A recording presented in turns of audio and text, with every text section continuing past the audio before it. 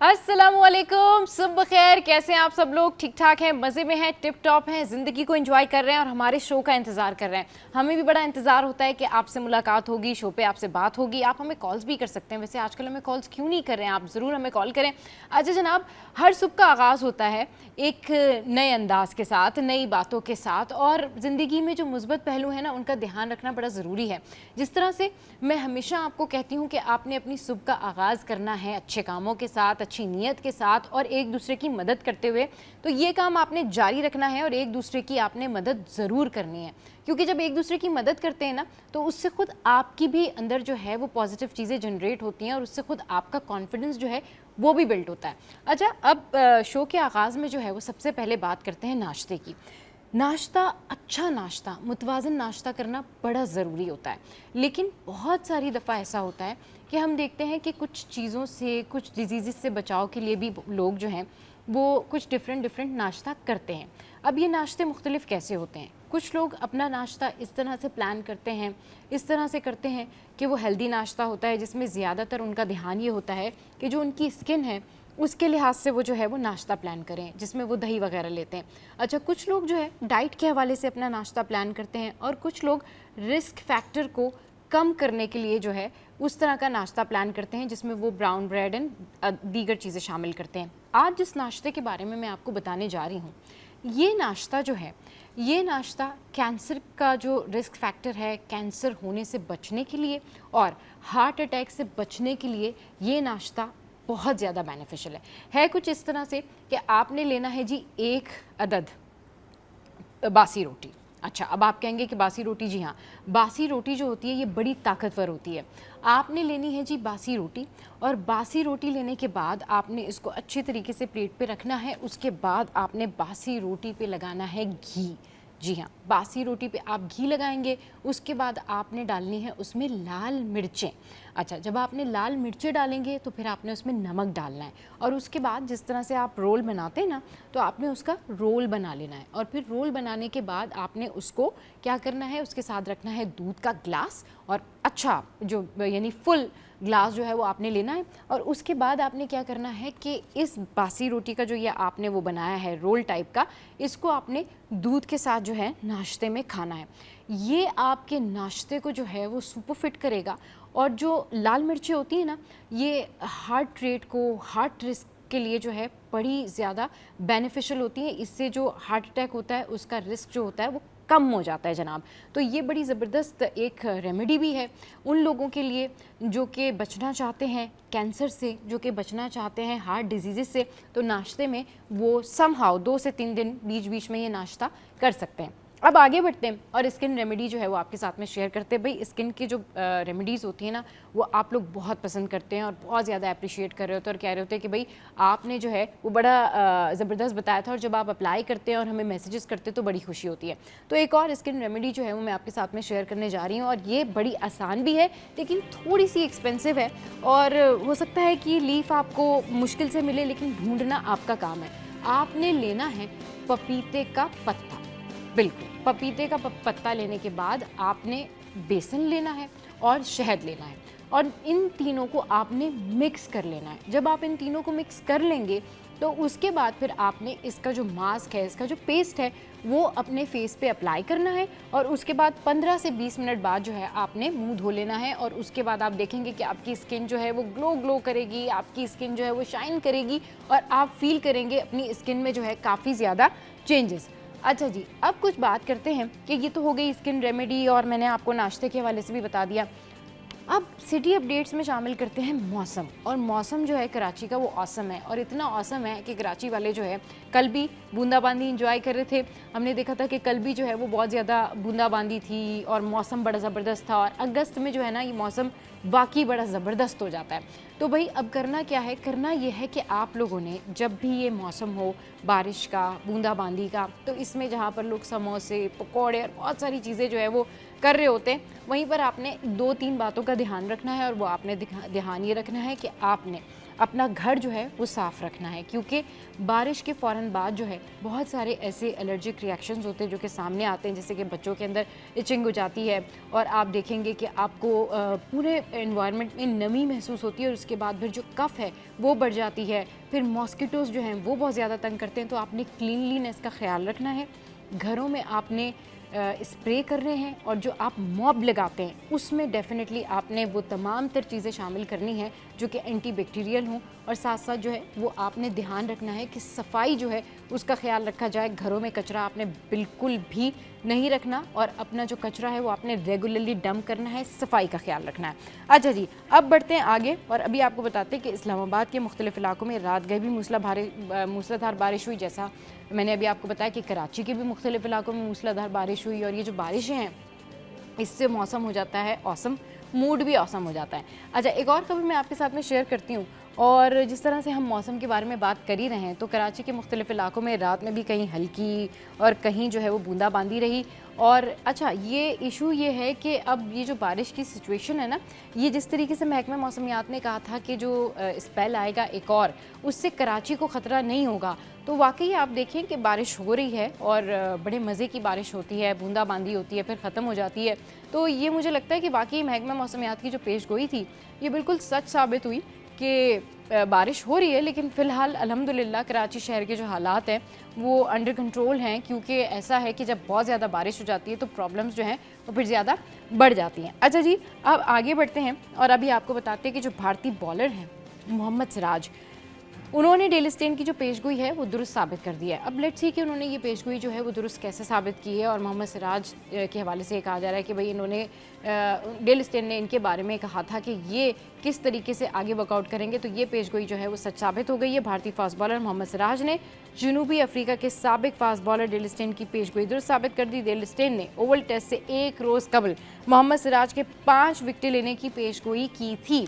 अच्छा जी, जो बड़े क्रिकेटर्स होते हैं ना और जो बड़े लेजेंड्स होते हैं, उनका ये कमाल होता है कि उनके पास इतना एक्सपीरियंस होता है कि अगर कोई जो न्यू क्रिकेटर है, जो उनसे जूनियर क्रिकेटर है, वो अगर बहुत अच्छा काम कर रहा हो ना तो डेफिनेटली उनको पता चल जाता है और वो प्रिडिक्ट कर देते हैं। जस्ट लाइक वसीम अकरम, जब वो ग्राउंड में मैच देख रहे होते हैं या फिर वो कमेंट्री बॉक्स में होते हैं, या फिर कोई भी बड़ा सीनियर प्लेयर्स, कोई भी बड़ा सीनियर क्रिकेटर जो है वो ग्राउंड में मैच देख रहा होता है या फिर वो उस जगह मौजूद होता है और जिस तरीके से प्लेयर परफॉर्मेंस दे रहे होते हैं ना, तो वो पहले ही जो है कमेंट्री बॉक्स से ये कह देते हैं कि ये शॉट अब 4 होगा, now he is going to do this. तो जो कहते हैं ना कि टैलेंट जो होता है वो बियॉन्ड द लिमिट होता है, तो इसी तरीके से जब भी कोई क्रिकेटर बहुत अच्छा काम करता है तो उनके बारे में इस तरह की जो पेशगोई है वो होती रहती है। अच्छा जी, अब क्योंकि बहुत ढेर सारी बातें हो गई और थोड़ा सा ब्रेक लेते हैं, और ब्रेक के बाद जब वापस आएंगे तो फिर हमारे करस्पॉन्डेंट भी हमें ज्वाइन करेंगे, साथ साथ हम आपके साथ में सिटी अपडेट्स भी शेयर करेंगे, और इसके अलावा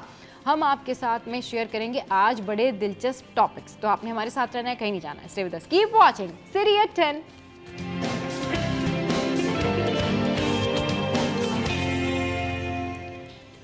वेलकम बैक। तो जनाब, न्यूज़ सेशन में खुशामदीद, और इस वक्त हमारे साथ मौजूद हैं हमारे सीनियर करस्पॉन्डेंट महराज भाई और ब्यूरो चीफ कराची अशरफ भाई। अस्सलाम वालेकुम, वेलकम टू द शो। कैसे हैं आप लोग? ठीक ठाक हैं? अच्छा अशरफ भाई, आज की जो टॉप स्टोरी है ना, वो टॉप स्टोरी है पाकिस्तान, यानी कि अब क्योंकि हम अगस्त के इस मंथ में हैं और कल से लेकर अब तक अगर आप देखें तो हर शख्स, हर कोई जो है इस बारे में बात कर रहा है कि सेलिब्रेट कैसे करें, चाहे हमारे वज़ीर बल्दियात सईद गनी साहब हों, गवर्नर सिंध कामरान टसौरी हों, या फिर MQM के तमाम रहनुमा हो। कराची में तो एक जश्न का समा है और प्लानिंग जो है वो शुरू कर दी गई है, और इसके लिए जो है वो गुज़िश्ता रोज़ जो है वो सईद गनी जो है उन्होंने दौरा भी किया स्टेडियम का, और कई सारी ऐसी बातें और दावे भी सामने आ रहे हैं कि जिसमें कंपटीशन भी है कि जी कौन ज़्यादा बेहतरीन जो है वो जश्न मना सकता है, सेलिब्रेट कर सकता है। दूसरी जानिब गवर्नर सिंह जो है वो भी बहुत ज़्यादा मुतारिक हैं और बहुत एक्टिवली जो है इस जश्न को सेलिब्रेट कर रहे हैं। व्हाट डू यू से ऑन दैट? देखिए सबा, इस दफ़ा जो जश्न आज़ादी है, हाँ। तो वो हमें एक हमने रिकॉर्ड मारा है 6-0 का, तो वो रिकॉर्ड भी इनको देना है। जो बहुत चीखें मार रहे थे, तो अब उनकी आवाज़ भी बंद करनी है। तो इसलिए पूरा मुल्क इस वक्त आपको मुतहरिक नज़र आ रहा है। 14 अगस्त जश्न आज़ादी, 1 अगस्त से ये हम मना रहे हो, आप एक्टिविटी नज़र आ रही हो। हमारे लिए भी प्रेशर है, न्यूज़ के लिए भी सही। तो कभी गवर्नर साहब, कभी मिनिस्टर, कभी कोई, तो कोई ना कोई एक्टिविटी सुबह से लेकर शाम तक जो है हमारी टीम जो है वो भाग रही होती है इधर से उधर। तो कल हमारी मीटिंग भी थी, तो उसमें ये था कि किस तरीके से क्या करना है, तो उसमें हमने प्लान दिया, तो उस प्लान में भी वो देख रहे थे, क्योंकि डे बाय डे हमने दिया था। वैसे तो 14 अगस्त का हम ऐसे मनाते हैं कि 13 अगस्त की शाम को जो है हमारी टीम होती है, जैसे मिराज साहब, मैं, या वो अलग अलग जगहों को देखते हैं, तो हम फायरवर्क्स हमारा बहुत इंपॉर्टेंट होता है 13 अगस्त को। दूसरा एक सबसे खतरनाक होता है जिससे मैं डरता हूँ बहुत, वो फायरिंग जो होती है, एरियल फायरिंग। जी बिल्कुल, हाँ। और इसके अलावा ये सारी एक्टिविटी जो बताई, तो उसमें उन्होंने कहा कि कराची में इतनी एक्टिविटी हो रही है, ये हमारा एड ऑन। मैंने कहा जी, तो हमने कहा भाई इसमें ये है कि हम कुछ थोड़े से टाइमिंग सुबह और शाम को लोगों को शिफ्ट करना पड़ेगा, क्योंकि शाम को ज़्यादा एक्टिविटी हो रही है। तो अगर कल भी देखें तो पूरा दिन जो है शाम से बहुत ज़्यादा, सुबह से तो था ही, जैसे आज में शाम में लग जो है मज़ार कायद पे आई। और इसके अलावा कल भी जो है सईद गनी भी थे, गवर्नर साहब भी थे, सिंध असेंबली का इजलास है, वहाँ पे सब जो है यही सारी एक्टिविटी की बात कर रहे थे। अब माशाल्लाह से इस दफ़ा जश्न आज़ादी भी भरपूर वाली है, और जवाब भी टाइट वाला देना है, और दे रहे हैं हम। तो पूरी दुनिया भी देख रही है। और सबसे बड़ी बात कि इस वक्त चाहे ओवरसीज़ पाकिस्तानी हों, हमारे पाकिस्तानी हों यहाँ पे, और बहुत सारे मुल्क जो दोस्त ममालिक हैं, इवन मैं बताऊँ कि चाइना अभी जो हमारा टीम मेट है, मतलब जुबैर जो कौंसल जनरल्स को करता है, सब जगह से 14 अगस्त से अभी से वो मैसेज लेना शुरू हो गया ना, कि उसको अभी से के ले रहे हैं। तो चाइना की तरफ से बहुत अच्छे मैसेज आ रहे हैं। आपके जो तमाम एम्बेसीज हैं, यूएस एम्बेसी, यूके एम्बेसी, हम सब से अभी से मुतल्लिक़ हमें मैसेज चाहिए कि इस दफ़ा 14 अगस्त पे हम लोग जो मना रहे हैं, तो आपका पैगाम हम चलाएंगे। तो मेन ये है कि सब एक्टिव हुए हैं। 14 अगस्त है हमारी, पाकिस्तान का आज़ादी का दिन है, बिल्कुल। और एक और मुल्क है, उसकी भी आज़ादी का दिन 15 अगस्त को, तो अच्छा, उसको जो एक और मुल्क है वहाँ पर तो ऐसा सन्नाटा छाया हुआ है, वहाँ पर तो इतनी खामोशी है, यकीन करें, ट्रस्ट मी, वहाँ पर वो लोग अपने जो है ना इंडिपेंडेंस डे के हवाले से बात नहीं कर रहे हैं, वो ये बात करते हैं कि पाकिस्तान में क्या हो रहा है। पाकिस्तान का जो फीवर है ना, पड़ोसी मुल्क में बढ़ चढ़कर बोल रहा है। और पाकिस्तान में इस दफ़ा जो खुशी का जो माहौल है ना, जो सेलिब्रेशन है, वो कमाल की होने वाली है, और एक डबल खुशी है। वो जो कहते हैं ना कि जो तैयारे गिरानों की जो खुशी होती है ना, वो होती अलग है। और भाई हम मैच में हमारा स्कोर कुछ भी हो, लेकिन हम लोग तैयारे गिराने वाली कौम है, तैयारे गिराते हैं हम। क्यों है राज भाई? बात तो बिल्कुल सही है कि अगर इसको हम ये कहें कि थोड़ा सा आमियाना सा होगा कि वहाँ मिर्चें लगी हुई हैं, तो इसमें कोई जो है वो दो राय नहीं होगी। बिल्कुल।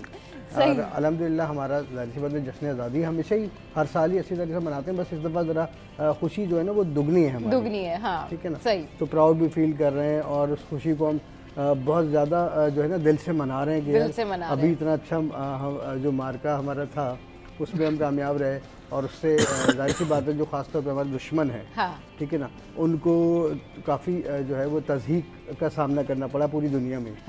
सही। तो ये भी चीज़ थी। और दूसरी बात ये है कि जैसे अशरफ भाई ने बताया कि बाकी तैयारियां तो सभी अपने अपने तौर पे कर रहे हैं, चाहे वो गरीब हो, चाहे वो अमीर हो, सियासी जमातें हों, मजहबी जमातें हों, सब लोग ये तैयारी कर रहे हैं अभी कि भाई ये जो 14 अगस्त है और ये जो हमारा आज़ादी का महीना है, इसको भरपूर तरीके से मनाएं और खूब इसको एंजॉय करें, और अल्लाह पाक रहम करे। क्योंकि देखिए जब भी ऐसा कोई मामला आता है ना, तो जो दुश्मन ममालिक होते हैं उनके एजेंसीज के स्लीपर सेल्स वगैरह जो है वो भी बड़े एक्टिव होते हैं। तो अब हमें इस चीज़ का भी ध्यान रखना है कि अपने जो अतराफ़ में जो लोग हैं या जो हमारी एक्टिविटीज़ चल रही हैं, तो उसमें हमें एहतियात बहुत करनी है, ठीक है। क्योंकि देखिए जब खुशियों का समा होता है ना, तो नज़र लगाने वाले जो बदनज़र लोग होते हैं वो भी अपनी एक्टिविटीज़ कर रहे होते हैं। तो इस हवाले से मैं ये ज़रूर कहना चाहूँगा कि अपने अतराफ़ में जो है ना बिल्कुल ध्यान रखें। पुलिस को अगर कोई ऐसी मशकूक आपको नकलो हरकत नज़र आती है तो ज़रूर जो है उसको बताएं, ताकि हमारे रंग में भंग ना पड़े। बिल्कुल, तो इसके लिए थोड़ा सा पब्लिक को एहतियात करनी पड़ेगी। और दूसरा देखिए हवाई फायरिंग जो है देखिए वो जुर्म है। हाँ, इन्हीं चीज़ों के ऊपर मैं बात करना चाह रही थी कि एक तो ये जो बाजा और वो जो उस तरह की चीज़ें होती हैं, फिर हवाई फायरिंग, इसके ऊपर मैं बात करना चाह रही थी कि ये फिर बहुत ज़्यादा होता है, और इसकी वजह से जो असल सेलिब्रेशन होती है ना वो कहीं मध्यम हो जाती है, जो लोग हैं वो फिर खौफजदा हो जाते हैं, उस तरह से एंजॉय नहीं कर पाते। देखिए भाई बाजे से तो हमेशा से देखें लोग परेशान होते हैं, और हम हमेशा ये कह रहे होते हैं कि भाई ये जो है ना इससे जो बेचारे बुजुर्ग या बीमार लोग हैं उनके लिए परेशानी का बात बनते हैं। लेकिन पता नहीं क्यों इस दफ़ा दिल चाह रहा है बाजा बजाया जाए। अच्छा जी। इस दफ़ा बाजे का बजना इसलिए जरूरी है कि हर बाजे की धुन पे जो है फिर अगर मेराज भाई कह रहे हैं बाजा बजाया जाए, फिर मैं फहद ने फिर मुझे शो पे भी लाके देना मैंने फिर बजाना की धुन जो है ना, और वो पड़ोसी मुल्क के लिए होगा यकीनी तौर पे, उधर बाजे की धुन जो है वो पड़ोसी मुल्क तक पहुंचनी चाहिए, सही ठीक है ना। तो इस दफ़ा जो है थोड़ा सा सब लोग बर्दाश्त कर लें। हाँ। लेकिन देखिए इस दफा बाजा बजना जरूरी है क्योंकि हम बाजा बजा चुके हैं। बिल्कुल। ये तो इसलिए इस वक्त ये बहुत जरूरी है। हाँ, मेरे ख्याल में इस दफा उस तरफ जो है ना वो मुंह करके लोगों को बाजा बजाना चाहिए क्योंकि वहाँ जो है ना ऑलरेडी बहुत सन्नाटा छाया हुआ है। बिल्कुल हाँ, वहाँ पे बहुत ज्यादा जो है ना वो प्रॉब्लम है। अच्छा ये चले, हम इसको इस तरह से नहीं कह रहे कि हम उनके बारे में बात कर रहे हैं इस तरीके से, ये फैक्ट्स हैं।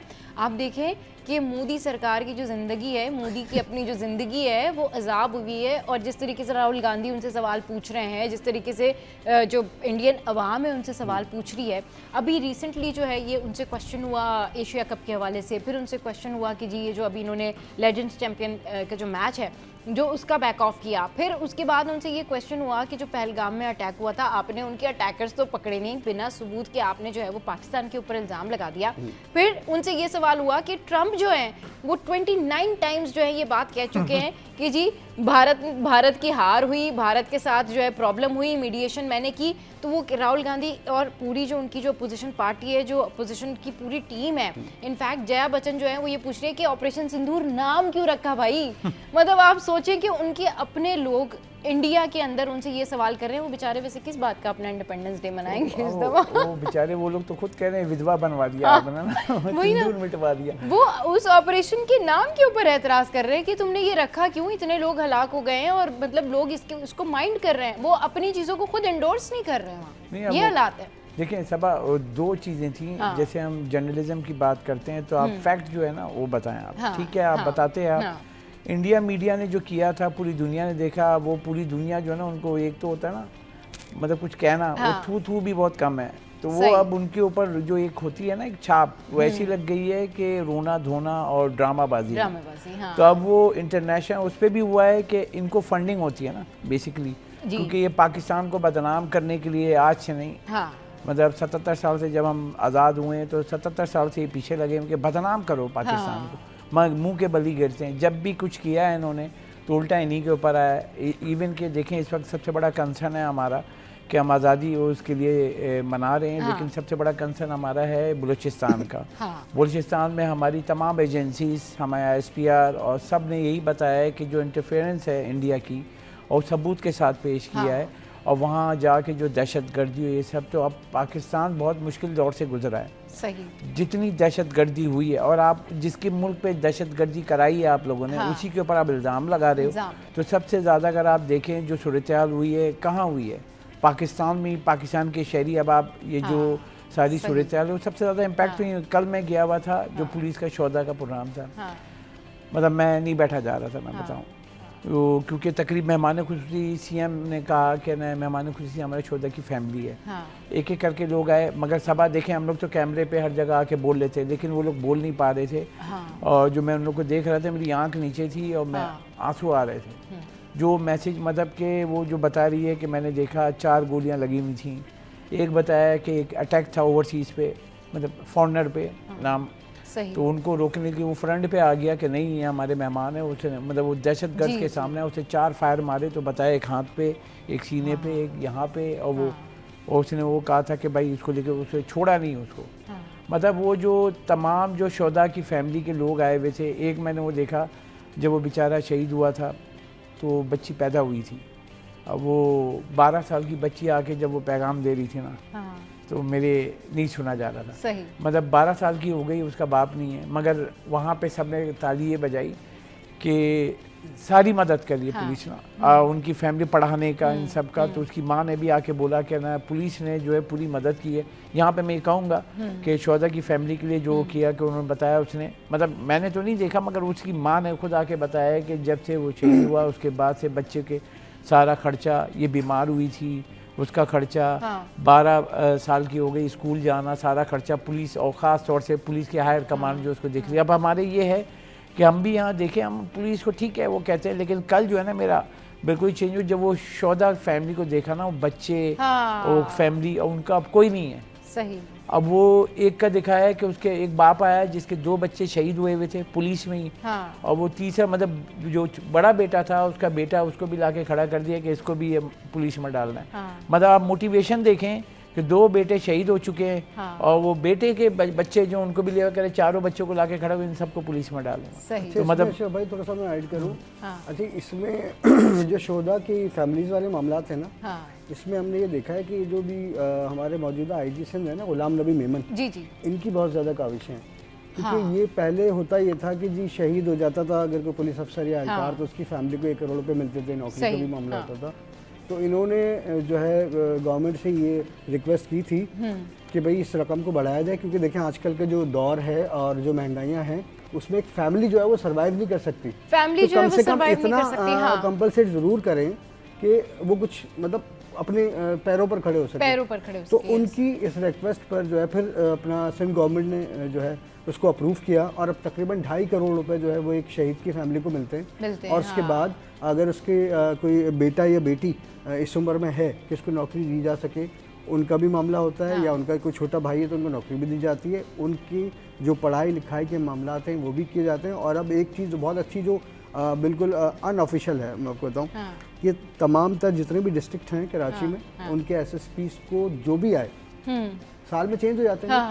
उसको ये हिदायत होती है कि आपने अपनी जो सराउंडिंग में जो आपके डिस्ट्रिक्ट में शोधा की फैमिलीज हैं, उनसे किसी भी सूरत में कांटेक्ट में रहना है। उनकी दुख बीमारी, ये बड़ी उनके अच्छी मसाइल, बात है कि वो उनको इस तरह से आपने अपने देखना लोगों है। को छोड़े नहीं और जिस उनका चीज़ को एटलीस्ट साथ, हाँ, अप्रिशिएट किया जाना एटलीस्ट चाहिए। अप्रिशिएट किया जाता है। चलिए जी, क्योंकि जश्न की बात हो रही है, सेलिब्रेशन की बात हो रही है, तो हम भी सेलिब्रेट करेंगे, पूरा पाकिस्तान सेलिब्रेट करेगा। और इसके हवाले से जो तैयारियां जैसे जैसे होती रहेंगी हम आपके साथ में शेयर करते रहेंगे। आगे बढ़ते हैं और एक और खबर आपके साथ में शेयर करते हैं जी। अमेरिका जाने वाले नए शादीशुदा जोड़ों के लिए ये खबर है कि अब आप अमेरिका ऐसे नहीं जा सकते जब तक आपकी प्रॉपर वेरिफिकेशन पेपर्स की ना हो। आपको अपनी शादी जो है वो साबित करनी पड़ेगी। लेकिन इसमें जो लोग जेन्युइन शादी करते हैं उनको घबराने की ज़रूरत नहीं है। और ये जो पॉलिसी है ये 1 अगस्त से नाफिजुल अमल हो गई है। और ये पॉलिसी उन लोगों के लिए भी है जो पहले से जिन्होंने वीज़ा अप्लाई किया हुआ था, और उनके लिए भी है जो अब वीज़ा अप्लाई करने जा रहे हैं। चलें ठीक है, ये बड़ी अच्छी बात है कि भाई रियल लोग, ये जो रियल शादीशुदा लोग हैं, एटलीस्ट वो ही जाएं, क्योंकि ये होना भी चाहिए। मतलब खुफिया शादीशुदा लोगों के लिए खुफिया शादीशुदा अपॉर्चुनिटी नहीं है जी, बिल्कुल खुफिया शादीशुदा। हाँ, खुफिया शादीशुदा या फिर ऐसे लोग जो कि पेपर वर्क करके सिर्फ पेपर मैरिज करके जाना चाहते हैं, अब उनके लिए हो गया जी क्रैकडाउन। जी अशरफ भाई, किसी को किसी यार खुश नहीं रहने दीजिएगा ना। मतलब बेचारा वो अमेरिका जा रहा है 2 नंबरी करके शादी में भी। हाँ। तो मेन ये देखें, ये जो हुआ है, हाँ, तो US प्रेसिडेंट जो हैं बहुत सारे फैसले लिए हैं, और एक उसमें से ये भी है। हाँ। मगर इसका देखें US का अगर आप अप्लाई करें ना, अभी करंट बताऊं, तो आपको FedEx पे अपने डॉक्यूमेंट्स देने होंगे, फिर वो होगा। आप रियल में आपको बताऊं, इस वक्त अगर आप मूड होता है आपका अमेरिका जाने का, वीज़ा अप्लाई करने का, आपको बताऊं सिर्फ 1.5 साल बाद आपको इंटरव्यू कॉल का टाइम मिलेगा। 1.5 साल बाद। सही। क्योंकि वहाँ पे भी अब जब आप अप्लाई कर रहे हैं तो उनका चेक एंड बैलेंस इतना हो गया है कि कौन है, क्या है, किससे मिलने जा रहा है, वहाँ से भी चेक होगा, यहाँ से भी होगा। अब विजिट वीज़े पे जा रहा है, किसी से मिलने जा रहा होगा, इनविटेशन पे जा रहा है, वहाँ से उसकी इंक्वायरी होगी, यहाँ से इसकी इंक्वायरी होगी। वो सब ये करते कराते जो लोग अप्लाई कर रहे हैं उसके बाद फिर बुलाएंगे, और जब वो इंटरव्यू कॉल आती है कि अब वो पूछते हैं कि भाई क्यों जाना चाह रहे हो, कहे घूमने जाना चाह रहे हो, अच्छा वहाँ किससे मिलोगे, ओके, फिर आखिर में आता है okay thank you very much, rejected दे देते हैं।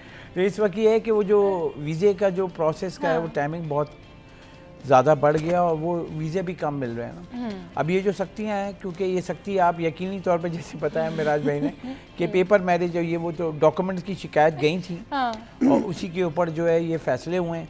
मगर हम तो पाकिस्तानी हैं माशाल्लाह, तो ये जो 2 नंबरी जो लोग होते हैं एजेंट्स, वो कहते हैं अभी मैं भिजवा दूंगा। जैसे मैं बताऊं, अभी जैसे कि पढ़ाई के नाम पे भेजते हैं, एजुकेशन के नाम पे भेजते हैं, फिर बोलते हैं वहीं से मैं आपकी नौकरी करा दूंगा, साथ नौकरी करते हैं। इसके ऊपर भी सख्ती आ रही है, और इसके ऊपर भी ट्रम्प ने भी बोला है, जो अमेरिकी सदर हैं, ब्रिटिश जो प्राइम मिनिस्टर हैं, उन्होंने भी बोला है। अब दूसरे ममालिक भी आ रहे हैं, क्योंकि वो अब वो देखने उनके लोग भी जो ना जवान हो रहे हैं, उनको भी अब उनकी भी नीड है। वो ज़रूरत को पूरा करने के लिए अब जो बाहर से लोग आते हैं ना, उन पे अब सख्तियाँ शुरू हो गई। उन पे सख्तियाँ मैं आपको एक बात बताऊँ कि बचपन से ही हम ये देख रहे हैं कि अमर क्रेज़ है, खासतौर पर पाकिस्तानियों में ना, आपको हर चौथा जो बंदा है ना, लड़का खासतौर पे नौजवान जो है वो यही कहता हूँ मेरे का कि यार मुझे अमेरिका जाना है, हाँ। मुझे अमेरिका जाना है, मुझे अमेरिका जाना है। मेरे कई दोस्त वहाँ पर हैं। सही। मेरे एक बचपन का दोस्त है जो कम से कम 20 साल वहाँ पर रुक के, ग्रीन कार्ड होल्डर भी है वो, बल्कि अमेरिका नेशनल है वो, उसकी फैमिली पूरी नेशनल है। अब वो पाकिस्तान वापस आ गया, इस्लामाबाद में रह रहा है अभी वो। तो बात यह है कि लोगों को अमेरिका जाने का जुनून है हमारे यहाँ। सही है। अच्छा, उसमें हमने 12 ये भी देखा कि ये पेपर मैरिज वाली जो बात है ये खाली बात नहीं है। हाँ। वहाँ पर कुछ ख़वातीन से आपका जो लॉयर होता है वो इस तरह की सेटिंग बना देता है कि आप पेपर पर मैरिज कर लेते हैं और उसके बाद उस पेपर मैरिज के ज़रिए जो है वहाँ पे आपको नेशनलिटी मिल जाती है कुछ साल बाद। तो इस तरह के वाक़यात हुए, लेकिन वो 2 नंबर किस्म के वाक़यात थे। पकड़े भी गए उसमें लोग, और यहाँ से काफ़ी लोग जो है वो ये इस तरह से करते हैं। तो अब जाहिर सी बात है, अब हम ये देख रहे हैं कि अमेरिका जाने के लिए जो अब अमेरिका की जो पॉलिसीज़ हैं वो बहुत सख्त होती जा रही हैं। अमेरिका की पॉलिसीज़ वाकई सही कह रहे हैं। अच्छा मिराज भाई, इसमें जो लोग इस तरह से करते हैं कि वो अभी उन्होंने कहा ना कि सिर्फ हकीकी शादीशुदा जोड़े जो हैं उनको ग्रीन कार्ड मिलेगा, तो क्या बाकी इतने स्कैम होते हैं, इतने स्कैम रिपोर्ट होते हैं कि उसके बाद अब ये जो है वो पॉलिसी चेंज आया? बिल्कुल। मैं आपको बताऊं ना, इसमें हमारे यहाँ पाकिस्तान में सब कुछ हो सकता है। हाँ। तो हमारे यहाँ ये होता है कि अगर आप वहाँ बैठे हैं और अगर आपको यहाँ जो है अपने ऊपर कातलाना हमला भी करवा दिया ना आपने, अच्छा, तो आप यकीन करें उसकी जेन्युइन एफआईआर दर्ज हो जाएगी। और फिर वो जेन्युइन एफआईआर जब रीचेक होने के लिए उनकी कॉन्सुलेट से आएगी तो उसको जाहिर सी मतलब वो जेन्युइन होगी तो वो रिकॉर्ड में भी होगी। सही, बिल्कुल। हाँ, मुझे ये बात कहनी नहीं चाहिए यहाँ पर। लेकिन ऐसा भी होता है असैलम के चक्कर में, भले वो यूरोपीय ममालिक हों या अमेरिका हो, तो बहुत सारे लोग इस तरह की यहाँ पर बातें कर चुके हैं। और उसमें यकीन करें कि ऐसा है कि वो वहाँ थे, यहाँ बाकायदा उनके खिलाफ एफआईआर हुई और वो हमला भी हुआ और वो असला फेंक के फरार भी हो गए। तो यहाँ ये सब कुछ हो चुका है। तो देखिए, कोई भी पागल नहीं है, ठीक है ना, सब लोग अक्लमंद हैं। और हम तो फिर जा करें, अमेरिका वाले हमसे ज़्यादा अक्लमंद होंगे भाई, पढ़े लिखे जाते हैं या IT में भी आगे हैं वो हमसे। तो उन्होंने भी इस चीज़ को देखा, पकड़ा कि भाई ये क्या हो रहा है, मतलब हमने कहीं भी कोई जगह छोड़ी नहीं है। हाँ, सही, बिल्कुल, ड्रामे करने में। तो अब उन सारी वजूहात को मद्देनज़र रखते हुए ये पॉलिसी में सख्ती जो की गई है कि भाई अगर शादी है तो भाई हर चीज़ कंफर्म होनी चाहिए, पूरी इंक्वायरी होगी। अगर वाकई जेन्युइन है तो ठीक है, जेन्युइन नहीं है तो जाहिर सी बात है उसको रोक दिया जाएगा। क्योंकि देखिए, वहाँ इस्लाम से बाहर हैं वो लोग, लेकिन सच को मानने वाले लोग हैं। सही, कहते झूठ नहीं चलेगा भाई। सही, इंसानियत के नाते जो काम होना चाहिए वो होना चाहिए। हमारे यहाँ से जिस तरीके से ये जो सारा कुछ होता है और किसी एक या दो शख्स की वजह से, कुछ चंद लोगों की वजह से जो है सबके साथ इतना प्रॉब्लम होता है, ये यूजुअली नहीं होना चाहिए। चलिए जी, शो में यहाँ वक्त एक ब्रेक का। ब्रेक के बाद जब वापस आएंगे तो दीगर टॉप स्टोरीज की भी के साथ भी डिस्कशन करेंगे। हमारे साथ रहिए। Welcome back. तो जनाब, एक और ख़बर जो आपके साथ मैं शेयर करना चाहूँगी, और ये इस तरह की ख़बरें जब आती हैं ना तो दिल बड़ा दुखता भी है और समझ भी नहीं आता कि इस तरह का गैर इंसानी सलूक जो है वो कैसे लोग कर सकते हैं। अच्छा जी, ये एक फ़लाही इदारा है और फ़लाही इदारों की आड़ में इंसानी स्मगलिंग में मुलव्वस मुनज़्ज़म गिरोह के ख़िलाफ़ जो है अब अहम पेशरफ्त सामने आई है। ये खबर कुछ इस तरह से है कि FIA anti human trafficking circle Karachi की बड़ी कार्रवाई। FIA का इंसानी स्मगलिंग में मुलव्वस नेटवर्क्स के खिलाफ क्रैकडाउन। निजी NGO की जो चेयरपर्सन हैं उनको भी गिरफ्तार किया गया। इसके अलावा जो गिरफ्तार मुलजिमा हैं उनके ऊपर ये इल्ज़ाम है कि मासूम बच्चों को गैर कानूनी स्मगलिंग में जो है वो मुलव्वस पाई गई हैं। अशरफ भाई, किस तरीके से देख रहे हैं ये जो मामलात होते हैं स्मगलिंग के और इस ह्यूमन ट्रैफिकिंग में, और बच्चों को जो स्मगल करते हैं, ये कितना ज़्यादा गैर इंसानी है और ये कितना ज़्यादा पेनफुल है कि आप देखें जिन घरों के बच्चे आप लेके जा रहे हैं वो मतलब वो फैमिलीज़ के क्या रह जाता होगा पीछे फ्यूचर, वो क्या जिंदा होने में ना मरने में ऐसे ही होता होगा। देखिए सबा, ये सारी माफिया हैं। हाँ, हमारे यहाँ तो उंगलियाँ कम पड़ जाएंगी, इतनी माफिया हैं इस मुल्क में। तो ये भी एक माफिया है जो FIA क्राइम सर्कल या ये सारे करते हैं, ह्यूमन जो ट्रैफिकिंग कहेंगे, ह्यूमन स्मगलिंग का, जिसमें बच्चे, औरतें, ये सब। तो ये एक कारोबार है जो कि चल रहा है। एक कारोबार जो होता है, जो हमने पहले भी डिस्कस किया था, मिराज भाई से भी वो हुआ था कि गल्फ ममालिक में, अरब कंट्री में बच्चों को लेके जाते हैं, ऊँट से बांधते हैं और उसको रेस को, तो वो भी एक माफिया है जो लेके जाती है गरीब बच्चों को, इन सबको। तो ये जो चीज़ें हैं ना, इसके लिए ये है कि जब ऐसी खबरें आती हैं ना, हम तो ये खबरें पढ़ लेते हैं, हम इस पर बोल लेते हैं, लेकिन इंटरनेशनल एक है FATF, राइट। ठीक है, वो ह्यूमन ट्रैफिकिंग, ह्यूमन मतलब जो हमारा कॉन्सेप्ट है, एक बंदे का क्या राइट है, उसको क्या क्या होना चाहिए, कानून क्या होना चाहिए, मुल्क का कानून क्या होना चाहिए, वो उसके ऊपर एक एजेंसी है जो कि वॉच डॉग के तौर पे बैठी हुई होती है। सही। जब इस टाइप की खबरें आती हैं कि एफआईए ने पकड़ा, तो वो ये नहीं देखती एफआईए ने, वो इसको 100 टाइम्स करते हैं कि वो तो एक बंदा पकड़ा गया है, इसके पीछे जो मतलब बाकी 100 टाइम्स जो लोग हैं वो कितना होता होगा, वो उसके पीछे लग जाते हैं, फिर मुश्किलात शुरू होती हैं। तो अब ये है कि ख़ास तौर से ऐसी चीज़ें हो रही हों तो ये लोग क्या टारगेटेड करते हैं, बहुत इजी गांव देहात में जाते हैं, क्योंकि वो बेचारे पढ़े लिखे होते नहीं हैं, पैसे होते नहीं हैं, तो ये वहाँ जाके एक को एक मॉडल बनाते हैं, उसको बताते हैं देखो हमने इसको ये किया वो किया, अब ये देखो पैसे आ गए। अच्छा, वो कुछ नहीं होता है, उसको पैसे देते हैं। अब वो गरीब आदमी को 50,000 लाख रुपए दे देते हैं, तो वो भाई वो तो आपको पता है कपड़े चेंज हो जाएंगे, ये हो जाएंगे, फिर वो मोहल्ले वाले देखते हैं तो कहते हैं भाई देखो इसका ऐसा हुआ और ये सब। तो वो इसी तरीके से जो ना बच्चों को या दूसरी ह्यूमन ट्रैफिकिंग में इन सब में आते हैं। लेकिन इसमें ये है कि हम लोग के भी है कि अब हम लोग जो पाकिस्तान की शरीर बहुत बड़ी आबादी है, पाकिस्तान 24 करोड़ की आबादी है। सही। और अब हम यूं करके नहीं चल सकते हैं कि कुछ हो रहा है कि हम यूं जा रहे हूँ, तो हमें आवाज़ उठानी पड़ेगी। अगर कहीं भी ऐसी चीज़ें हो रही हों, देखिए ऐसा हो नहीं सकता है सबा कि आपके आसपास कुछ हो रहा हो वो मोहल्ले वालों को ना पता हो, सब पता होता है कौन आ रहा है कौन जा रहा है, वो बैठे हुए बस वो बैठा हुआ देख रहा है कि हाँ भाई ये आ रहा है ये जा रहा है ये। लेकिन अगर हम वॉच डॉग बने हम भी, और कोई भी अगर इलाके में बाहर से बंदा आ रहा है तो हम उसको बोलें क्या है भाई, सवाल जवाब करें, तो वो लोग फिर भागेंगे। तो ये माफिया को जो सरगर्म होने से अगर रोकना है तो हमें भी शहरी जो है, पूरे मुल्क के शहरी की बात कर रहा हूँ, जो आवाम है उनको एक्टिव होना पड़ेगा, क्योंकि जो माफिया आके आपके पैसे के नाम पे जो ये कर रहे हैं ना, ये इतना ख़तरनाक है। ये तो हमें खबर देख रहे हैं ना, मैं आपको बताऊं इसके ऊपर कितनी पाबंदियां लग सकती हैं, कितनी सख्तियां हो सकती हैं, क्योंकि सबसे ख़तरनाक किसी भी मुल्क में बाहर का जो कानून है ना, यूएस का ले लें, कनाडा का ले लें, सबसे ख़तरनाक कानून जो है आपका ये इंसानी स्मगलिंग है।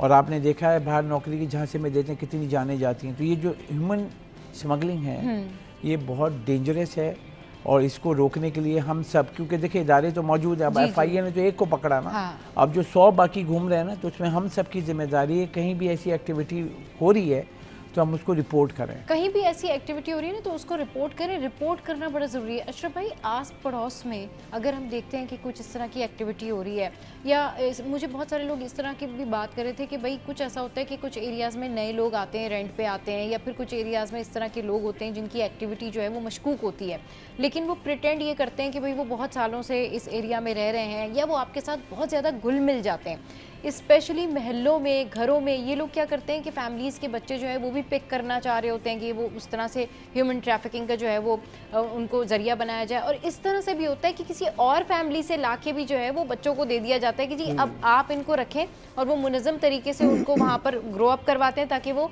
उस माहौल में रच बस जाएँ और फिर वो आगे जाके उनके काम आए। इसके लिए क्या मुनज़्ज़म पॉलिसी इख्तियार की जा सकती है? देखिए, इसके लिए पॉलिसी ये है कि ख़ास तौर से जो हमारे तमाम एनजीओज़ हैं ना, माज़रत के साथ बहुत बुरा लगता है इनको कुछ बोलो तो इनको रजिस्टर्ड होना पड़ेगा। सही।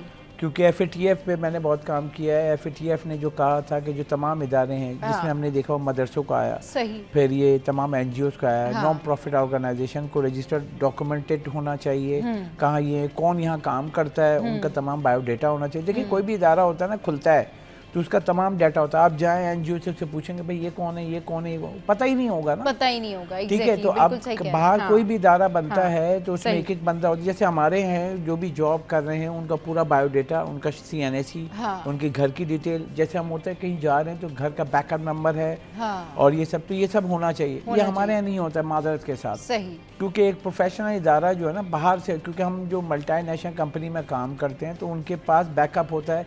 सब आई हैं, सबा की तबीयत खराब होगी, घर में किसको बताना है? अब हम यहाँ से पूछें, हम बैकअप नहीं पता होगा, बैकअप नहीं पता होगा। तो यहाँ पे जो ये लोग काम करें, जैसे आपने बताया मोहल्ले में आते हैं और सबा इतना हिप्नोटाइज करते हैं ना। देखिए, हमें सबसे ज़्यादा वो नाराज़ नहीं होएगा, मतलब लेडीज़ जो हैं सबसे ज़्यादा हिप्नोटाइज होती हैं। बिल्कुल, अब वो आके वो देखो, वो दिखाएंगे ना कि ये देखो ये वो, अब वो कह रहा है कि बच्चा आपके यहाँ 5 बच्चे हैं हाँ। और ये है एक बच्चे का वो देख लें, हम इसका ये कर दें, हाँ। मतलब घेरते हैं ना, वो दाना हिप्नोटाइज, डालते ये हैं। जो बात की है ना इसके ऊपर definitely we keep the show कि ये जो हिप्नोटिज्म होता है ना, इसकी वजह से लोगों को बड़े बड़े नुकसानात हुए हैं। अच्छा, एक तो लोगों के साथ हिप्नोटिज्म होता है, दूसरा उनकी नेचर बड़ी सॉफ्ट हार्टेड होती है, यानी कि एक तो आप काइंड हार्टेड हैं और फिर आपको कोई हिप्नोटाइज कर ले तो वो तो जो दिल चाहे आपके घर से ले जाए, वो तो मेराज आपसे भाई को तो बहुत आसानी जो से कर दिल सकते चाहे। हैं ना। मेराज भाई, आपको क्या लगता है, आप इतने काइंड हार्टेड हैं कि आप आसानी से हिप्नोटाइज हो जाएं और बस हो सकते हैं? लेकिन लोग होते हैं हिप्नोटाइज्ड, सीरियसली। नहीं, बिल्कुल मैं इससे खैर डिनाई नहीं करूँगा, हो सकता हूँ, हाँ, क्योंकि ये भी एक आर्ट है। अच्छा, ठीक है ना। सही। और जो ये करने वाले हैं ना वो हाँ। उनको इतना अबूर होता है इस पर कि वो किसी भी शख्स को जो है वो बातों में उलझा के या किसी भी तरह से हिप्नोटाइज कर सकते हैं। सही। और हमारे यहाँ खवातीन थोड़ा ज़्यादा होती हैं क्योंकि वो सही। मतलब शौहर की तो इतनी सुनती नहीं है जितनी हिप्नोटाइज करने वालों की सुन लेती हैं। चले जी, खवातीन जो है, मतलब कंक्लूजन ये हुआ कि जी खवातीन जो है वो हिप्नोटाइज करने वालों की सुन लेती हैं, अपने घर वालों की नहीं सुनती। चले जी, बहुत शुक्रिया अशरफ भाई, महराज भाई, आप हमारे शो पर आए। अच्छा जनाब, शो में यह वक्त हेडलाइंस ब्रेक का। हेडलाइंस ब्रेक के बाद आएंगे और फिर करेंगे मजे मजे की ढेर सारी बातें। स्टे विद अस।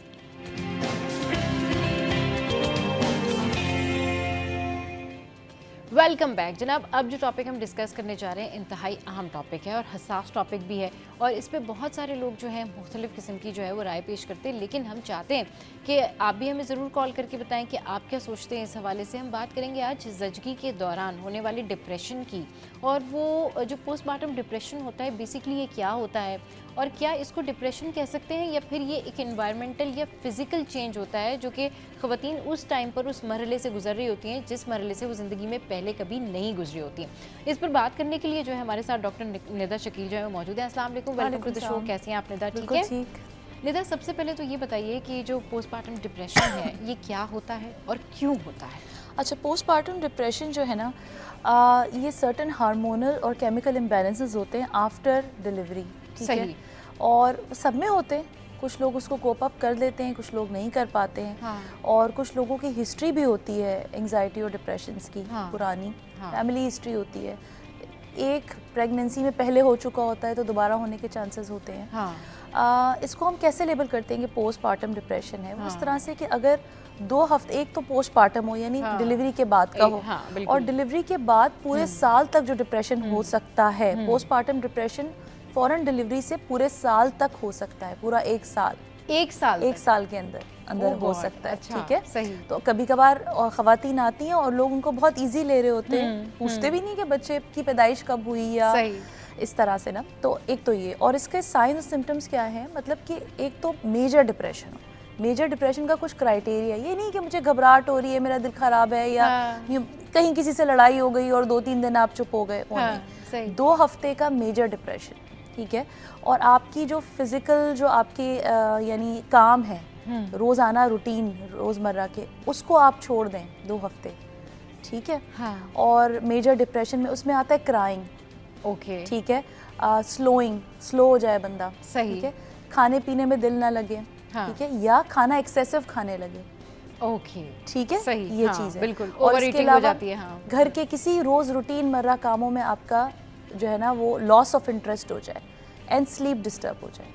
ये 4-5 चीज़ें हैं जो 2 हफ्ते से ज़्यादा अगर रहें और बच्चे की पैदाइश के बाद हों, हाँ। और 1 साल के अंदर अंदर हों, तो हम उसे लेबल कर सकते हैं कि ये पोस्टमार्टम डिप्रेशन है। पोस्टमार्टम डिप्रेशन है। अच्छा, ये जो ज़चगी के दौरान होने वाला डिप्रेशन है ना, अगर इसको हम अपने इन्वायरमेंट के अकॉर्डिंगली देखें इन दी पाकिस्तान, मतलब अगर सिर्फ हम पाकिस्तानी ख़वातीन की बात करें, क्योंकि मुल्क से बाहर जो ख़वातीन होती हैं वो वर्किंग वूमेंस भी होते हैं, उनकी मुख्तलिफ़ किस्म का लाइफ स्टाइल होता है, उनके डिप्रेशन अलग होते हैं। मगर हमारे यहाँ ज़्यादातर जो ख़वातीन होती हैं उनके मसाइल बहुत ज़्यादा अलग होते हैं, उनको इमोशनल सपोर्ट की बहुत ज़्यादा ज़रूरत होती है। वो ये चाहती हैं कि जी हमें इमोशनली सपोर्ट किया जाए, बेशक हमें जो है वो आप बहुत सारी चीज़ें ला के ना दें, लेकिन एटलीस्ट जो हम कह रहे हैं आप वो सुन लें, एटलीस्ट हमारे साथ कोई हो। आइसोलेशन में चले जाती हैं वो, क्योंकि हर किसी का एक नया तजुर्बा होता है। अगर आप स्टैट्स भी देखें ना, तो ज़्यादातर पाकिस्तानी ख़वातीन जो डिप्रेशन में जाती हैं ज़चगी के दौरान, और उससे पहले भी जो ओवरऑल प्रेगनेंसी में उनके साथ जो सिचुएशन चल रही होती है, फिजिकल चेंजेस होते हैं, और फिर उनके ब्रेन में बहुत ज़्यादा जो है वो जो थिंकिंग चल रही होती है, जो प्रोसेस होता है, वो मिला के जो डिप्रेशन बनता है ना, उसके बाद अब जो ख़वातीन हैं उनको कितनी ज़्यादा इमोशनल सपोर्ट की ज़रूरत होती है, वो किस तरीके से ओवरकम कर सकती हैं, घर वाले इस सूरत हाल में कितना अहम किरदार अदा कर सकते हैं, स्पेशली हस्बैंड? पहले तो आइडेंटिफाई करना, ठीक है। हस्बैंड ज़्यादातर ये होता है कि जी बच्चा पैदा हो गया और उसके बाद खुशी खुशी में मिठाई बांटी and they are gone, they are gone, they are nowhere. सही। तो वो बस खाली अपने रूटीन के कामों में लग जाते हैं। ये इतना सीरियस सिचुएशन है कि इसमें सुसाइडल थॉट्स और सुसाइड अटेम्प्ट्स होती हैं। माएँ अपने बच्चों को उठा के फेंक रही होती हैं, फेंक देती हैं। They don't like their kids, जो नया पैदा हुआ बच्चा है। तो ये इतना सीरियस है। तो अगर किसी औरत को ये सिम्टम आ रहे हैं, आपका लव वन है, आप बेटी है, बहू है या जो भी है, तो आप उसे आइडेंटिफाई करें कि ये सही नहीं है, ये उसके अंदर चेंजेस हो रही है and she needs a cognitive therapy. Right, ठीक है, इसको CBT कहते हैं, कॉग्निटिव बिहेवियर थेरेपी। अच्छा, कभी कभार आप उसको किसी यानी स्पेशलिस्ट से भी कर सकते हैं, पर पहले आप खुद तो आइडेंटिफाई करें। कुछ खानदानों में ऐसे होते हैं लोग कि जिनकी बातें ही आपको तसल्ली दे देती हैं, तो एटलीस्ट अगर आइडेंटिफाई होगा तो वो बंदा उसको काउंसिल कर सकता है, ठीक है। और उसके अलावा यानी उसको थोड़ी देर के लिए बेबी को टेक ओवर कर लिया, ठीक है, आपने मदर को रेस्ट दे दिया, सही, और उसकी बात को सुन लिया कि मुझे ये हो रहा है। पहले तो ये समझते ही नहीं है, लड़की हो गई बेचारी को, ये डिप्रेशन होगा, ठीक है। यही मैं पूछने वाली थी कि जो सोसाइटी का डिप्रेशन प्रेशर होता है, ये प्रेशर्स अलग है। ये डिप्रेशन तो एक औरत के साथ चल ही रहा होता है। उसके बाद अगर किसी को सुसाइडल थॉट आ रहे हैं या उसकी स्लीप डिस्टर्ब है या वो एक्सेसिव क्राइंग है या खाना नहीं खा रही है या कोई भी ऐसी चीज़ जो आपको बहुत अलार्मिंग लगे, तो आपने फ़ौरन जो है ना साइकोथेरेपिस्ट से, साइकियाट्रिस्ट से, ठीक है, या इवन घर का कोई एक ऐसा फर्द होता है जिसकी बात बंदा सुनता है, एटलीस्ट उसको काउंसिल ज़रूर करना चाहिए and if needed anti depressants देनी चाहिए। अच्छा, एंटी डिप्रेसेंट, ये आपने बहुत ज़बरदस्त बात की है। एंटी डिप्रेसेंट जो है वो ठीक रहती है जो लोग इस तरह से डिप्रेशन का शिकार होते हैं, क्योंकि बहुत सारे लोग जो हैं वो ये बात करते हैं कि अगर आपने एक दफ़ा एंटी डिप्रेसेंट जो है वो खाना शुरू कर दिए हैं, उसके बाद फिर आपको इसको छोड़ना मुश्किल होता है, आप उसके ऊपर रिलाई करने लगते हैं, क्योंकि ऑब्वियसली आपका जो एक पूरा लाइफ स्टाइल है ना वो उसके गिर्द घूमने लग जाता है, आप फिर उसके अकॉर्डिंगली सोते हैं, उसी के अकॉर्डिंगली आपका जो है वो मूड स्विंग्स भी होते हैं। सो एंटी डिप्रेसेंट जो है वो किस हद तक खानी चाहिए और क्या ये बाकी मुफीद होती हैं? एक तो ये खुद से नहीं खानी चाहिए, ठीक है, और पहली थेरेपी तो साइकोथेरेपी और CBT है, कॉग्निटिव बिहेवियरल थेरेपी। सही। और लाइफस्टाइल मॉडिफिकेशन, वॉक करवा दी, ठीक है, चेंज कर दिया, कोई माहौल चेंज कर दिया, ठीक है।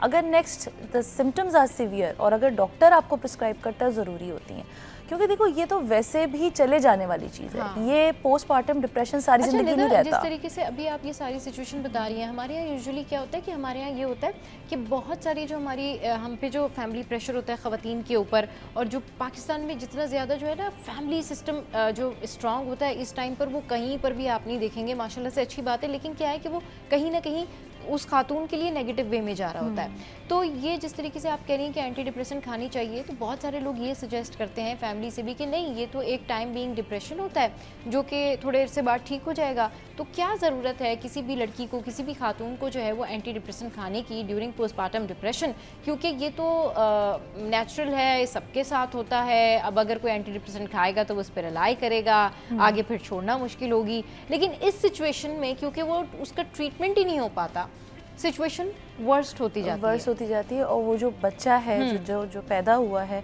उसके लिए भी नेगेटिविटी आना शुरू हो जाती है। मदर उसको फीड नहीं करा रही सही से, मदर उससे अटैच नहीं हो रही सही से, ठीक है। तो ये सारी चीज़ें, बॉन्डिंग्स भी जो होती है ना वो ख़त्म हो रही होती हैं। तो और सबसे पहले कि अगर मदर सही, माँ सही नहीं होगी तो वो बच्चे को नरिशमेंट, वो बच्चे को वो केयर नहीं दे पाएगी। मैं कह तो रही हूँ कि इतनी थॉट्स आती हैं कि वो बच्चे को मार डाले, ऐसी भी सिचुएशन माँ के साथ होती है। कौन सी माँ चाहेगी कि वो अपने बच्चे को ऐसे करे? पोस्टपार्टम डिप्रेशन की कौन सी टाइप्स होती हैं? टाइप्स तो इसकी कोई भी नहीं होती, मेजर है, माइनर है, मेजर डिप्रेशन है, माइनर है, ठीक है। और अगर आप सिंपल एक एंग्जाइटी को आप कहें तो अगर ये वर्स्ट हो जाए तो वर्स्ट हो जाए जैसे मैंने आपसे कहा कि mother can do a suicide as well, ठीक है। तो ये जो चीज़ है ना, अगर वो खुद अपने आप को हार्म पहुंचाएगी या बच्चे को हार्म पहुंचाएगी तो ये आइडेंटिफाई करना ज़रूरी है। और ये जो हमारे यहाँ एक टैबू है ना कि एंटी डिप्रेशन जो है वो शुरू होती हैं और ख़त्म हो जाती हैं, ख़त्म नहीं होती। तो किसी भी तरह का डिप्रेशन हो, चाहे वो ये वाला हो जो कि ख़त्म होने वाला होता है, और इवन मेजर डिप्रेसिव सिम्टम्स किसी को किसी वजह से भी आ रहे हैं, कुछ भी हो जाए ना, कुछ नहीं होता। ये ज़रूर याद रखें। तो एटलीस्ट आप डॉक्टर के मशवरे से शुरू करें और डॉक्टर के मशवरे से ही ख़त्म करें। होता क्या है, जब लोग किसी को किसी एंटी डिप्रेसेंट पे डालें और वो 5, 6, 8 दिन में जब सही होता है, वो ठक करके बंद कर देता है और उसके फिर इफ़ेक्ट्स आना शुरू हो जाते हैं, वो दोबारा से वो चीज़ बढ़ के आती है। ठीक है, जब बढ़ के आती है तो फिर आपको मजीद दवाओं पे डालना पड़ता है। पहले एक दवा पे थे, फिर 2 दवा पे डालना पड़ता है। ये एक विशेष सर्कल बन जाता है। चलिए निदा, ये तो होगी ना एंटी डिप्रेसेंट की बात, इसको जनरली घर वाले मिलके कैसे ठीक कर सकते हैं? घर वाले कैसे जो है वो ओवरकम कर पहले सकते तो हैं? कितना इमोशनल सपोर्ट कर सकते हैं? कितना जो है उसको आइसोलेशन से निकाल सकते हैं, उस डिप्रेशन से निकाल सकते हैं? क्योंकि थ्रू आउट ये देखा गया है, एक रिसर्च भी है कि जब आप खवातीन से बात करें या उनसे पूछें तो वो थ्रू आउट प्रेगनेंसी जो है एक तरह का खौफ का शिकार होती हैं कि जी क्या होगा अगर वो फर्स्ट टाइम जो है उनकी डिलीवरी हो रही है या फर्स्ट टाइम जो है वो मदर बनी है, तो एक अनड्यू प्रेशर उनके सरों पे, जहनों पे होता है, वो ऑलरेडी चलता हुआ आ रहा होता है। फिर उसके बाद यहाँ पर किसी किस्म का इस तरह की कोई जो है वो काउंसलिंग नहीं की जाती कि आपने उसके का बच्चा जो है वो पैदा हो जाता है तो आपने किस तरह से उसको ट्रीट करना है, खुद किस तरीके से रहना है, कौन सी एक्सरसाइज करनी है और अपने रूटीन को कैसे जो है वो आपने मैनेज करना है। एक्सरसाइज तो में इस वजह से जो है ना बहुत सारी खवातीन आइसोलेशन, डिप्रेशन और स्ट्रेस का शिकार हो जाती हैं। पहले तो नॉलेज, अच्छा, और सही नॉलेज। अच्छी बुक्स पढ़ें, जो कि एक अच्छी राइटर की बुक्स हैं बहुत सारी, के बेबी को किस तरह से, ठीक है, यानी आप मदरहुड, ये सारी नरिशमेंट, बेबी, ये सब इनके बुक्स बहुत आती हैं। या फिर एक ऑथेंटिक यानी वीडियोस होती हैं जो ऑथेंटिक लोगों की हों, लाइक डॉक्टर्स की बनी हुई हो, न्यूट्रिशनिस्ट की बनी हुई हो, ऐसे नहीं कि कोई उठा और उसने बोल दिया कि जी ये खाओगे तो डिप्रेशन सही है। तो पहले तो है कि नॉलेज, आप अच्छी नॉलेज गेन करें during your 9 months of period of pregnancy. दूसरा कि जो बड़े बूढ़े होते हैं वो बहुत सारी बातें आपको बता रहे होते हैं, तो बजाय उसके कि आप अपनी वो करें, आप उनको कि जी आपने कैसे किया था, वो क्या था, यू नो उनका एक एक्सपीरियंस गैदर करें। फिर प्री नेटल एक्सरसाइजेज होती हैं, ठीक है, जो कि मदर को बहुत ही स्लोली, ग्रेजुअली उनके मसल्स को भी अफेक्ट करती हैं, उनके ब्रेन को भी अफेक्ट करती हैं। Right. Even postnatal exercises होती हैं, ठीक है, और वो हमारे यहाँ होती हैं, हमारे यहाँ इवन मेरे अस्पताल में जिसमें मैं काम करती हूँ होती हैं, सही, ठीक है, और गायनोकोलॉजिस्ट करवाती हैं और रेफर भी करती हैं, ठीक है, फिजियोथेरेपिस्ट के पास। दे आर वेरी हेल्पिंग, ठीक है। और मदर को टाइम दें, ठीक है, बच्चा हो गया है, बच्चे को भी लोग, बच्चा और फैमिली बस वो बच्चे ही के पीछे पड़ जाते हैं। तुमने इसे ये नहीं किया, तुमने उसे, हालांकि उस वक्त मदर को सबसे ज़्यादा ज़रूरत होती है। बच्चे की टेक केयर करने वाले तो बहुत सारे लोग होते हैं, ठीक है। कैफ़ीन का इस्तेमाल कम से कम करें, कॉफ़ी, चाय, कोल्ड ड्रिंक्स, ये जो चीज़ें होती हैं जो कि आपकी एंग्जाइटी को बढ़ाती हैं। हेल्दी डाइट का इस्तेमाल करें। स्लीप बहुत प्रॉपर होनी चाहिए, स्लीप जो है वो बहुत प्रॉपर। तो ऑब्वियसली फिर अगर बच्चा पूरी रात आपको सोने नहीं देगा तो मदर की स्लीप डिप्राइव होगी। सही, बिल्कुल। ये जो स्लीप डिसऑर्डर है ना, इसके बारे में भी बात करेंगे और ये भी बात करेंगे कि इस डिप्रेशन से बाहर कैसे आया जा सकता है। ठीक है, एक तो हमने बात की कि एंटी डिप्रेसेंट होती हैं, बट इन्वायरमेंटल चेंज कितना जो है वो काउंट करता है और बिहेवियर कितना काउंट करता है, सोशल बिहेवियर जो है वो कितना काउंट करता है, इस पे होगी बात, लेकिन एक ब्रेक के बाद।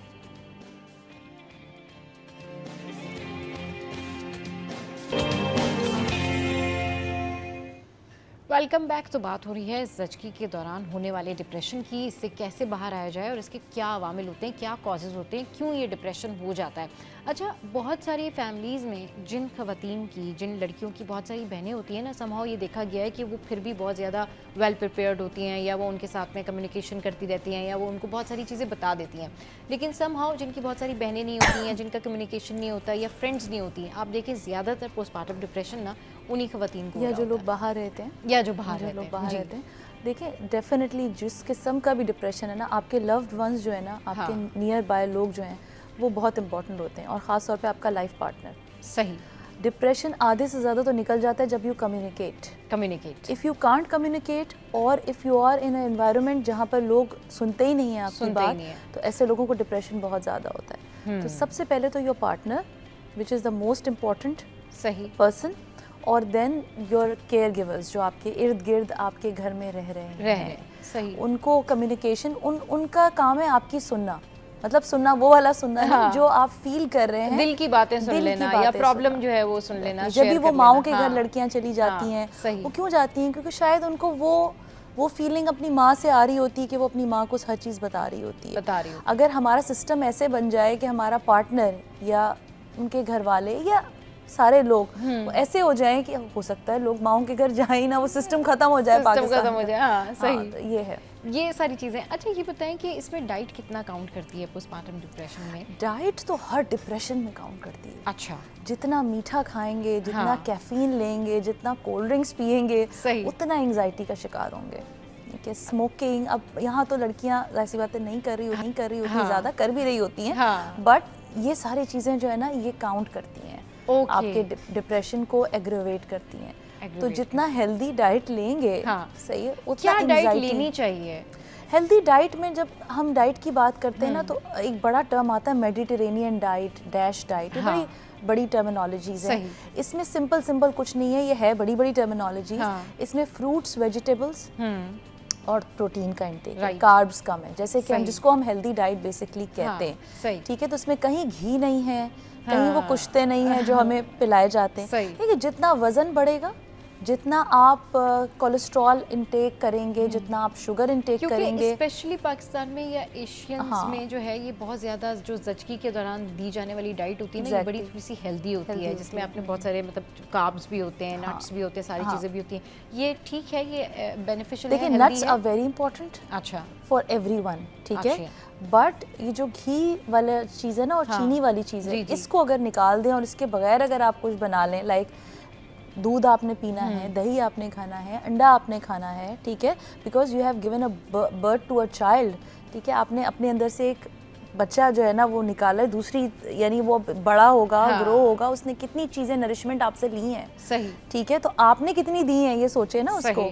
तो आपने, आपके बाल गिरने हैं, ठीक है, बाल गिरते हैं, you have to eat properly, you have to eat protein, you have to eat healthy, जिसमें वेजिटेबल्स होने चाहिए, फ्रूट्स होने चाहिए, दूध होना चाहिए, अंडा होना चाहिए। सही। आपको इन चीज़ों का ख्याल रखना, ये नहीं कि मोटे हो रहे हैं इसको खिलाओ। और ये डाइट जो है वो आपकी ज़हनी सेहत को बेहतर करने में बहुत कारआमद होती है। ब्रेस्ट फीड है, ब्रेस्ट फीड भी तभी प्रॉपर होगी कि जब आप वाटर इनटेक और मिल्क इनटेक और फ्लूइड इनटेक नहीं करेंगे। सही। बाल भी आपके तभी रुकेंगे तब आप प्रोटीन नहीं खाएंगे, अगर खाएंगे तो ही आपके बाल रुकेंगे, तो ही आपके बाल। अच्छा, इसमें कहीं भी आपका घी और तेल वाली चीज़ों का कोई भी कहीं कॉन्सेप्ट नहीं है, आप कहीं भी पढ़ लें। सही, ठीक है, बिल्कुल। तो ये सिर्फ हमारे इंडो पाक में कॉन्सेप्ट है कि जी आपने बहुत सारी वो पंजीरियाँ बना के देनी है।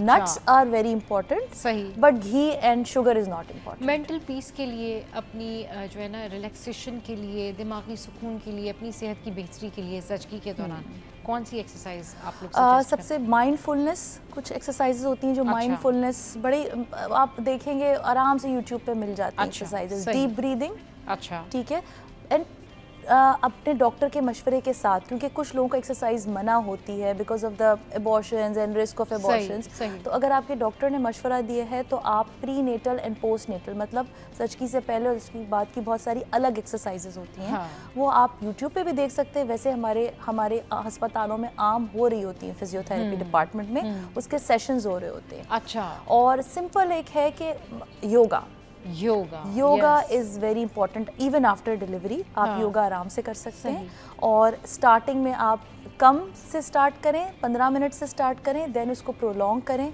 जो भी एक आपका पोस्चर है उसको आप पहले 15 सेकंड से करें, फिर उसको 30 सेकंड पे लेके जाएं। पहले 3 टाइम्स करें, फिर उसको 5 टाइम्स करें, मतलब आहिस्ता आहिस्ता उसका जो योगा का जो टाइम है सेशन का वो आप बढ़ाते जाएं। अच्छा निदा, अब फर्ज करें, लेट्स सपोज कि एक खातून है जिसको डिप्रेशन है ज़चकी के दौरान, और अब वो चाहती है कि वो इससे ओवरकम करे, लेकिन क्योंकि जब भी कोई भी शख्स किसी भी वक्त में डिप्रेशन का शिकार होता है ना, समहाउ उसको पता ही नहीं होता कि मुझे डिप्रेशन है। ज़ाहिर है वो तो अपनी साइन एंड सिम्टम तो खुद नहीं बताएगा ना कि भाई मेरे जहन में जो है मुख्तलिफ सुसाइडल ख्यालात आ रहे हैं, मैं पता नहीं क्या क्या सोच रहा हूँ, मैं पता नहीं क्या क्या कह रहा हूँ, या मुझसे काम नहीं हो रहा, या मुझे बार बार चक्कर आ रहे हैं, लेथार्जिक फील कर रहा हूँ या कर रही हूँ। उसको तो नहीं मालूम, लेकिन उसकी सराउंडिंग में जो लोग हैं, उसके उनके हस्बैंड हैं, उनकी फैमिली है, उनकी मदर इन लॉ है, वालदा है, जो पेरेंट्स हैं, उनका कितना अहम किरदार होता है कि वो देख के और वो जो पेशेंट है या जो खातून है उनको सही जगह रेफ़र करें और दोबारा से उनका चेकअप कराएं। देखिए उनका तो सबसे बड़ा किरदार होता है, क्योंकि वो तो उनकी बेटी या उनके साथ रही हुई है ना, यानी वाइफ है। हाँ, कोई भी ऐसा अलार्मिंग सिम्टम है जो उसमें पहले नहीं था, सही, ठीक है, तो आपको एक डॉक्टर का सिंपल मशवरा लेने से क्या जाता है? सही। वो आपको पकड़ के दवा तो नहीं खिला रहा ना। कोई भी डॉक्टर ऐसा नहीं होता कि वो आपको पकड़ के सर्जरी कर देगा या आपको दवा पे डालेगा। सही। तो आपने एक मशवरा लेने में क्या हर्ज है? सही, ठीक है। तो अगर कोई भी अलार्मिंग सिम्टम्स है, जैसे मैंने आपको बताया, तो one should be like vocal. अब जो ख़वातीन के घर वाले होते हैं वो ये सोचते हैं कि हम कैसे बोलें, ससुराल वाले सोचते हैं हम कैसे बोलें, ये बुरा मानेगी। तो लड़की को भी ये आइडेंटिफाई करना चाहिए, इसमें बुरा मानने की हरगिज़ बात नहीं है, ठीक है। और लोगों को भी, जिनको भी लग रहा है कि जी इसमें कोई अलार्मिंग सिम्टम है, तो उसको मशवरा लेने या एक हेल्प लेने के लिए, क्योंकि यूजुअली क्या होता है कि मैं आपसे ये पूछना चाहूँगी कि फ़र्ज़ करें किसी को ज़चगी के दौरान सिवियर डिप्रेशन है, प्रॉब्लम है, और उसकी प्रॉब्लम कोई समझ भी नहीं रहा है, घर वाले ये सोच रहे हैं कि भाई ये चिड़चिड़ी हो गए हैं या पता नहीं इनके साथ कोई नया एक्सपीरियंस है, उनको किस डॉक्टर को दिखाना चाहिए? यूजुअली क्या होता है कि जो खुद खातून है या उनके घर वाले हैं उनको गायनेकोलॉजिस्ट के पास ही ले जाते हैं। एक तो ये बड़ा मसला है, मलेरिया होगा गायनेकोलॉजिस्ट, क्योंकि औरतों की डॉक्टर गायनेकोलॉजिस्ट होती हैं। सही। तो ये है, लेकिन अगर एक तो ये कि साइकियाट्रिस्ट को टैबू बना दिया है, साइकोथेरेपिस्ट को एक टैबू बना दिया, ऐसा नहीं है। देखिए डील तो ये साइकियाट्रिस्ट को ही करना चाहिए या साइकोलॉजिस्ट को करना चाहिए। Psychologist not a doctor, it's just कि वो कम्युनिकेशन करके और कुछ सेशंस कर लें। लेकिन आइडियली साइकियाट्रिस्ट। बट अगर आपके इर्द गिर्द गिरदोनवा में साइकियाट्रिस्ट नहीं है, अगर आप गांव देहात पे बैठे हैं, सिंपल फिजिशियन, अब वो चाहे फीमेल हो चाहे मेल हो, डिपेंडिंग अपॉन, एक अच्छा फिजिशियन, एक अच्छे अस्पताल में बैठा हुआ फिजिशियन जो है वो भी इसको आइडेंटिफाई कर सकता है, और हल्की फुल्की दवा की नीड हो तो दे भी सकता है, दे सकते हैं। तो सही, कोई इशू नहीं है, इसमें कोई इशू नहीं होता। अच्छा, फिर जब जो लोग साइकेट्रिस्ट के पास जाते हैं, फिर उसके बाद उनसे सेशंस लेकर वापस आते हैं, तो वो अपने आप में बेहतरी फील करते हैं, या फिर जिस तरह से आपने कहा कि जनरल फिजिशियन के पास आप जाएंगे तो वो आपको एंटी डिप्रेसेंट दे देंगे, वो डू यू प्रेफर कि साइकेट्रिस्ट को दिखाना चाहिए ऐसी सूरत हाल में, या फिर एंटी डिप्रेसेंट लेना चाहिए और फिर उसको थोड़ा सा प्रोलॉन्ग चला के स्टॉप कर देना चाहिए? पहले तो आपको एक साइकियाट्रिस्ट को दिखाना चाहिए अगर आप प्रॉपर बड़े शहर में रहते हैं, ठीक है। और साइकियाट्रिस्ट भी कभी आपको ऐसे ही एंटी डिप्रेसेंट पे नहीं डाल देगा, अच्छा, कभी भी नहीं डालेगा अगर पढ़ा लिखा है तो। पहले वो देखेगा कि इसको नीड है कि नहीं। उसके जो लव वंस होते हैं, उनके साथ अम्मा आ रही हैं, बहनें आ रही हैं, उनको समझा देंगे, वो लिख देंगे कि जी इनको साइकोथेरेपी की ज़रूरत है, थोड़ा बहुत काउंसलिंग वो खुद भी करेंगे, उनका भी काम है, ठीक है। Reassurance is very important. अगर एक डॉक्टर रीअश्योर करा देना कि नहीं ये आपका 4-6 हफ्ते में चला जाएगा, and do this this this this this, right, ठीक है। इवन मेरे पास अगर कोई आता है और अगर उसको शुगर की दवा मैंने देनी है या ब्लड प्रेशर की देनी है, तो पहले दिन नहीं देती। अगर उसको ऐसा होता है कि जी वो हल्की फुल्की है, तो just do this this this this this, and then आप मेरे पास फॉलो अप पे आए। तो ये डॉक्टर्स के लिए भी बड़ा वो बन गया है कि डॉक्टर दवा ही देते हैं, ऐसा नहीं है। दवा की जरूरत होगी तो देंगे, नहीं होगी तो नहीं देंगे, ठीक है। ज़चगी के दौरान किस तरीके से ख़वातीन अपना ख्याल रख सकती हैं? ज़चगी के दौरान वो क्या बातें हैं जिनका ख्याल रखना चाहिए जिससे आपकी सेहत जो है वो बेहतर होती है, और क्या नहीं करना चाहिए? पहले तो ये कि जो आपके यानी जहन में सवालात है ना, क्वेरीज हैं, जैसे उसको आप पूछ लें, चाहे कॉलेज से पूछ लें, चाहे बड़े बूढ़ों से पूछ लें। लोगों को लोगों को, लड़कियों को, बड़ी ख़वातीन को परेशानी होती, कैसे होगा, क्या होगा, क्या होता है, पेन होता है, नहीं होता, यू नो बहुत सारी चीज़ें होती हैं। तो अब तो बहुत ज़्यादा एडवांस हो गई दुनिया, ठीक है। तो you can see, you can watch, you can ask, ठीक है। तो एक तो जो ख़वातीन है वो झिझके नहीं, शर्माएं, जो भी उनके फ्रेंड हैं, जो भी उनके सीनियर हैं, गायनेकोलॉजिस्ट हैं, दे शुड आस्क एवरीथिंग, ठीक है।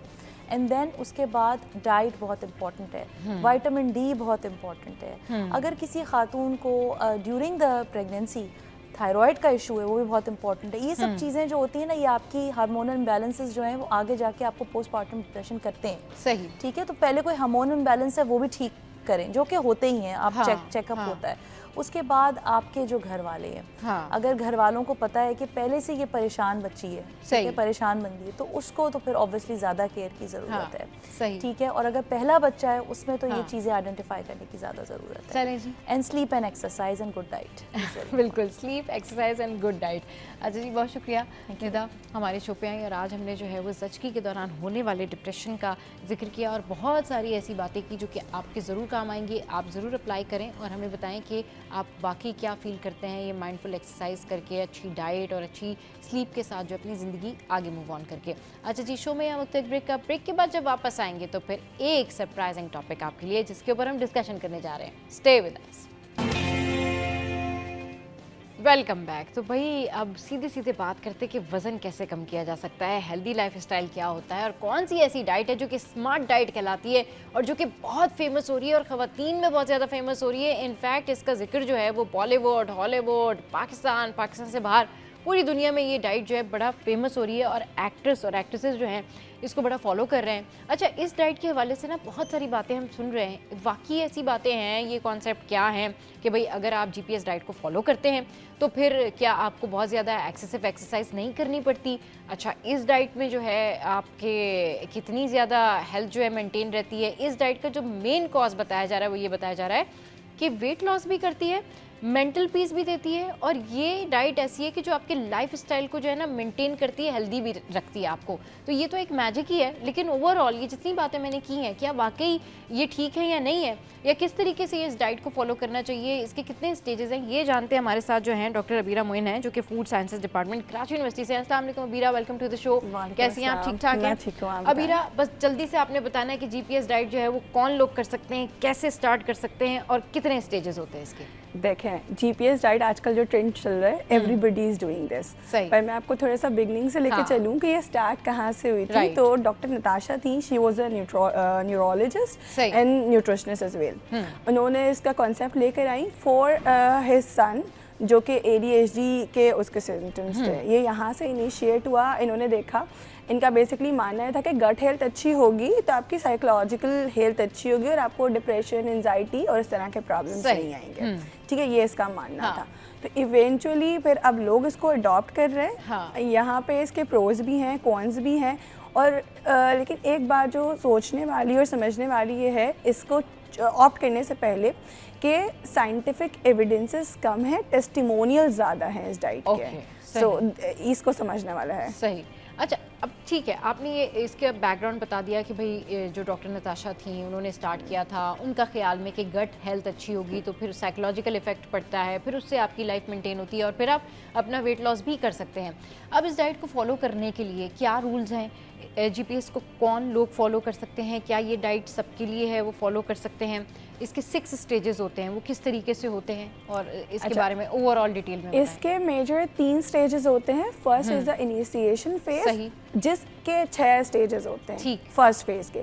फिर आप फुल जीपीएस पे जाते हैं और फिर आप तीसरा स्टेज होता है जिसपे आप वापस से अपनी नॉर्मल रूटीन पे आना शुरू करते हैं। तो जो पहला स्टेज है हमारा इनिशिएशन वाला, जब आप अपनी बॉडी को प्रिपेयर करते हैं to adopt that this GPS diet, आप क्या करते हैं अपनी डाइट में वो तमाम चीज़ें इंक्लूड करना शुरू करते हैं स्लोली एंड ग्रेजुअली। जैसे बच्चों को नया नया खाना इंट्रोड्यूस करवाते हैं ना, वैसे ही जीपीएस वाली चीज़ें आप स्लोली लेते रहते हैं, फिर देखते हैं कि आपकी बॉडी कैसे रिएक्ट कर रही है। जब आप it might take some time, अब फिर ये पर्सन टू पर्सन वेरी करता है। उसके बाद आप फुल जीपीएस पे आ जाते हैं, यानी कि you have to leave all the grains. आपने कोई ग्रेन्स नहीं लेनी, सूडो ग्रेन्स भी नहीं लेनी, यानी बकवीट वगैरह भी नहीं लेंगे, आप वीट भी नहीं लेंगे। आपको तमाम स्टार्ची वेजिटेबल्स छोड़नी पड़ेंगी। इसकी एक मज़े की और बहुत अच्छी बात है जो वाइडली एक्सेप्टेड है, ये कि आपको शुगर छोड़नी है, प्रोसेस फूड छोड़नी है। तो ये जो है ये तो हर डाइट कहती है। कुछ रह गया फिर? सब कुछ तो छोड़ देंगे, फिर कुछ नहीं रह गया। अच्छा, रह गया। क्या रह गया वो बता दें आप। आपका मीट रह गया है, you can take some fruits and vegetables, लेकिन वो भी कुछ हैं। नट्स ले सकते हैं, वो भी स्मॉलर क्वांटिटी में। अगर आप जीपीएस डाइट का पिरामिड देखें तो नट बिल्कुल टॉप पे आते हैं थोड़े से। यस, तो आपने वो ले लेने हैं। उसके अलावा आपका इसका सबसे बड़ा जो ड्रॉबैक है या सबसे अच्छी बात है वो है कि you have to eat everything which is made at home. No dine out. ये भी इस डाइट की शर्त है कि आपने जो कुछ भी खाना है वो घर का बना हुआ हो, वो बाहर का बना हुआ नहीं। ये भी इसका एक पर्टिकुलर प्रिंसिपल है। अच्छा, हैरत की बात ये है कि इस डाइट के जो बेनिफिट्स हैं वो बहुत सारे हैं। अभी तक किसी तरह से भी इसका कोई साइड इफ़ेक्ट इस तरह से सामने नहीं आया कि लोग होते हैं ना कि मुख्तलिफ डाइट प्लान फॉलो कर रहे होते हैं, वो बहुत ज़्यादा लेथार्जिक नज़र आ रहे होते हैं, वेट लॉस कर लेते हैं लेकिन वो उनके अंदर थकन नज़र आ रही होती है, उतने ज़्यादा फ्रेश नहीं होते, बहुत ज़्यादा वेट लॉस कर लेते। लोग उनको कहना शुरू करते थे भाई आप बीमार हो गए। ये डाइट जो है ये आपके मेंटल पीस के लिए भी बड़ी अच्छी है, ये डाइट जो है ये आपको हेल्दी भी रखती है। मेंटल पीस के लिए ये डाइट कैसे अच्छी है जीपीएस? देखिए, जब इसको लिंक किया गया है गट हेल्थ से ना, जब आपकी डाइजेशन अच्छी होगी, आपकी गट हेल्थ अच्छी है, आपकी गट लाइनिंग हेल्दी है, आपका जो इंटरनल माइक्रोफ्लोरा जो गट के अंदर मौजूद micro organisms indigenously naturally present होते हैं ना, उनको फर्मेंटेड चीज़ें, केफीर और योगर्ट और इस तरह की चीज़ें खा के अच्छा रखा जाता है। सही। जब ये अच्छा रखा जाता है तो आपको ना जैसे कॉन्स्टिपेशन वाले प्रॉब्लम और इस तरह के प्रॉब्लम्स आते नहीं है, तो आपका ओवरऑल जो मूड है वो अच्छा रह रहा होता है। ठीक है, फिर आप जो चीज़ें हेल्दी खा रहे हैं, होममेड खा रहे हैं, तो आप वो प्रोसेस फूड की साइकी में नहीं जा रहे ना, जो उनके साइड इफेक्ट्स हमारी बॉडी पे आ रहे होते हैं। फिर ये कह रहा है कि होममेड होना चाहिए, तो लाइफस्टाइल शिफ्ट आ गया। सो आपका जो ओवरऑल लाइफस्टाइल शिफ्ट आ रहा है इस चीज़ को फॉलो करने से, तो ओवरऑल आपका मूड बैलेंस कर रहा है। तो बहुत सारी प्रॉब्लम्स के लिए ये कॉम्प्लीमेंट्री डाइट है, मतलब this is not the solution, लेकिन ये कॉम्प्लीमेंट करेगी ना, यू कैन अचीव बेटर। अगर आपको कंस्टिपेशन है तो ये आपको कॉम्प्लीमेंट करेगी, उसके लिए बेहतर है। गट हेल्थ के इश्यूज हैं तो ये उसके लिए बेहतर है। अगर आपको साइकोलॉजिकल कोई प्रॉब्लम है तो ये डाइट उसके लिए बड़ा बेहतर है। और ऑब्वियसली वेट लॉस के लिए तो ये डाइट है ही। तो मेरे ख्याल में ये एक तरह की ना मैजिकल डाइट है, लेकिन ये डाइट कहते हैं कि बहुत प्रोलॉन्ग है। इसके जो स्टेजेस हैं, फर्स्ट 3 हैं, फिर उसके बाद वो 6 स्टेजेस हैं, उसको फॉलो करना। अच्छा, ये बताएं कि ये डाइट फॉलो करना क्या वाकई मुश्किल है या फिर थोड़ा सा लेंदी है? क्योंकि कुछ चीज़ें ना लेंदी होती हैं, मुश्किल नहीं होती हैं, और कुछ चीज़ें शॉर्ट होती हैं लेकिन वो मुश्किल होती हैं। देखिए, ये ना थोड़ा सा मुश्किल भी है, एंड जो आपने इससे पहले बात की थी वो रहेगी कि इसके जो साइड इफेक्ट्स कोई है तो नहीं। तो जब आप ग्रेन्स निकाल देते हैं ना, आपने स्टार्ची वेजिटेबल्स निकाल दी, मतलब आप इमेजिन करें no french fries, no boiled potatoes, no आलू के पराठे, मतलब इस चीज़ को इमेजिन करें। तो अब आपको ना ये डाइट अगर करनी है तो आपको अंडर सर्टेन गाइडेंस करनी है कि आपको कोई न्यूट्रिशनिस्ट देखे, खुद से आप ना करें, क्योंकि फिर आपको B12 की कमी आएगी, डेयरी को रिस्ट्रिक्ट कर रहा है तो आपको फिर कैल्शियम की कमी आएगी। अच्छा। और इस ग्रेन्स कम हो रही हैं तो फिर आपको फाइबर डिफिशिएंसी भी आएगी। तो इट शुड बी सुपरवाइज, तो फिर आपको बिल्कुल हेल्दी 100% बेनिफिट्स मिलेंगे कि आपकी हेल्थ मेंटेन रहेगी, आपका वेट मेंटेन रहेगा, and whatever benefits you want to achieve for your mental health. तो अगर आप ये जीपीएस डाइट करना चाहते हैं तो उसके लिए सबसे पहले जो है वो आपको किसी न्यूट्रिशनिस्ट की ज़रूरत है, सबसे पहले आपको किसी गाइडेंस की ज़रूरत है। बगैर सुपरविजन के आप ये डाइट नहीं कर सकते। फिर सर्टेन माल न्यूट्रिशन, आपको कुछ डिफिशिएंसीज आ जाएंगी ना, जैसे वो हम बात कर रहे थे, लोग कोई भी डाइट फॉलो कर दें तो आंखें अंदर जाने लगती हैं, जाना शुरू कर देती हैं, क्योंकि आपको फिर जो न्यूट्रिशनिस्ट होता है या जो डाइटिशियन होता है, क्योंकि जिस चीज़ की कमी हो रही है तो वो फिर किस चीज़ से जो है ना वो फिलअप होगी, वो डेफिनेटली आपका न्यूट्रिशनिस्ट जो है वो आपको गाइड करेगा। अच्छा, जीपीएस डाइट जो है जिस तरीके से फेमस हो रही है और बहुत सारे लोग इसको जो है वो कर रहे हैं, और इस डाइट के बारे में जो है वो हम देख रहे होते हैं रोज़ाना ही कोई ना कोई फीडबैक आ रहा होता है कि बहुत सारे एक्टर्स इस बारे में बात कर रहे होते हैं। अब इसमें जो कंडीशंस है ना कि आप होममेड ही खाएंगे, फिर आप इस डाइट को किसी के अंडर यानी कि न्यूट्रिशनिस्ट के साथ जो है वो फॉलो करेंगे, फिर आप इसमें जो प्रोसेस्ड फूड है वो नहीं खाएंगे, फिर आपका जो फूड इनटेक है उसकी क्वांटिटी आप बैलेंस करेंगे, और फिर एक साइकिल बना के ये जो भी फूड चेन है ये सारी रिवर्स भी होती जाएगी। ये लोगों के लिए मुश्किल नहीं हो जाएगा? जो आम लोग हैं, जो आम खवातीन हैं, जो कि बहुत ज़्यादा यूज्ड टू नहीं है डाइट करने के लिए, तो ये उनके लिए बहुत ज़्यादा मुश्किल नहीं हो जाएगा? इसको हमारे यहाँ कैसे आसान बनाया जा सकता है? इसका एक सिंपल पार्ट है कि you have to omit the sugar. आपको चीनी नहीं लेनी, आपको प्रोसेस फूड नहीं लेना, आपको बाहर के आइटम्स नहीं लेने, बेकरी स्टफ नहीं लेना। तो ये तो हर डाइट कहती है, ये तो हर लाइफस्टाइल कहता है, हर डॉक्टर कहता है, हर डाइटिशियन कहता है। सही। तो जो अगर मतलब इसको कम्प्लीटली फॉलो नहीं कर सकते, क्योंकि कम्प्लीटली फॉलो करना, बहुत सारी चीज़ों को छोड़ देना, तो सडन छोड़ देना, नहीं, जो 6 स्टेजेस है उसमें हम ग्रेजुअल छोड़ते हैं। अच्छा, उसमें फिर ग्रेजुअल करवाते हैं, और वो जो शुरू के 3rd स्टेजेस होते हैं वो जो फर्स्ट स्टेज है उसके 6 स्टेजेस हैं। सही। जिसमें हम ग्रेजुअल इंट्रोडक्शन करते हैं, फिर एक फुल आ जाता है जिसमें हम कंप्लीटली सब कुछ छोड़ देते हैं और जो चीज़ों को इंट्रोड्यूस किया था अपनी डाइट में सिर्फ वही खाते हैं। वही रिस्ट्रिक्शन की वजह से ना फिर मूड आपका खराब होता है कि यार क्या बार बार यही खाना है रोज। जैसे अभी हम थोड़ी देर पहले बात कर रहे थे ऑफ द स्क्रीन कि रोज मीट ब्रॉथ खाना है आपको, रोज उबला हुआ खाना है, क्योंकि हर हम लोगों का जो है वो बचपन से इस तरह के, हम लोग तो लाइक देसी जो लोग हैं वो मसाले वाले बहुत स्पाइसी चीज़ें खाते हैं। तो मीट ब्रॉथ या बोन ब्रॉथ जो है, हम लोग बोन ब्रॉथ के नाम पे भी पाए खाते हैं, we don't like drink bone broth, यखनियाँ ऐसे नहीं पीते। तो ये हम लोगों के लिए बहुत मुश्किल हो जाएगी इस चीज़ को।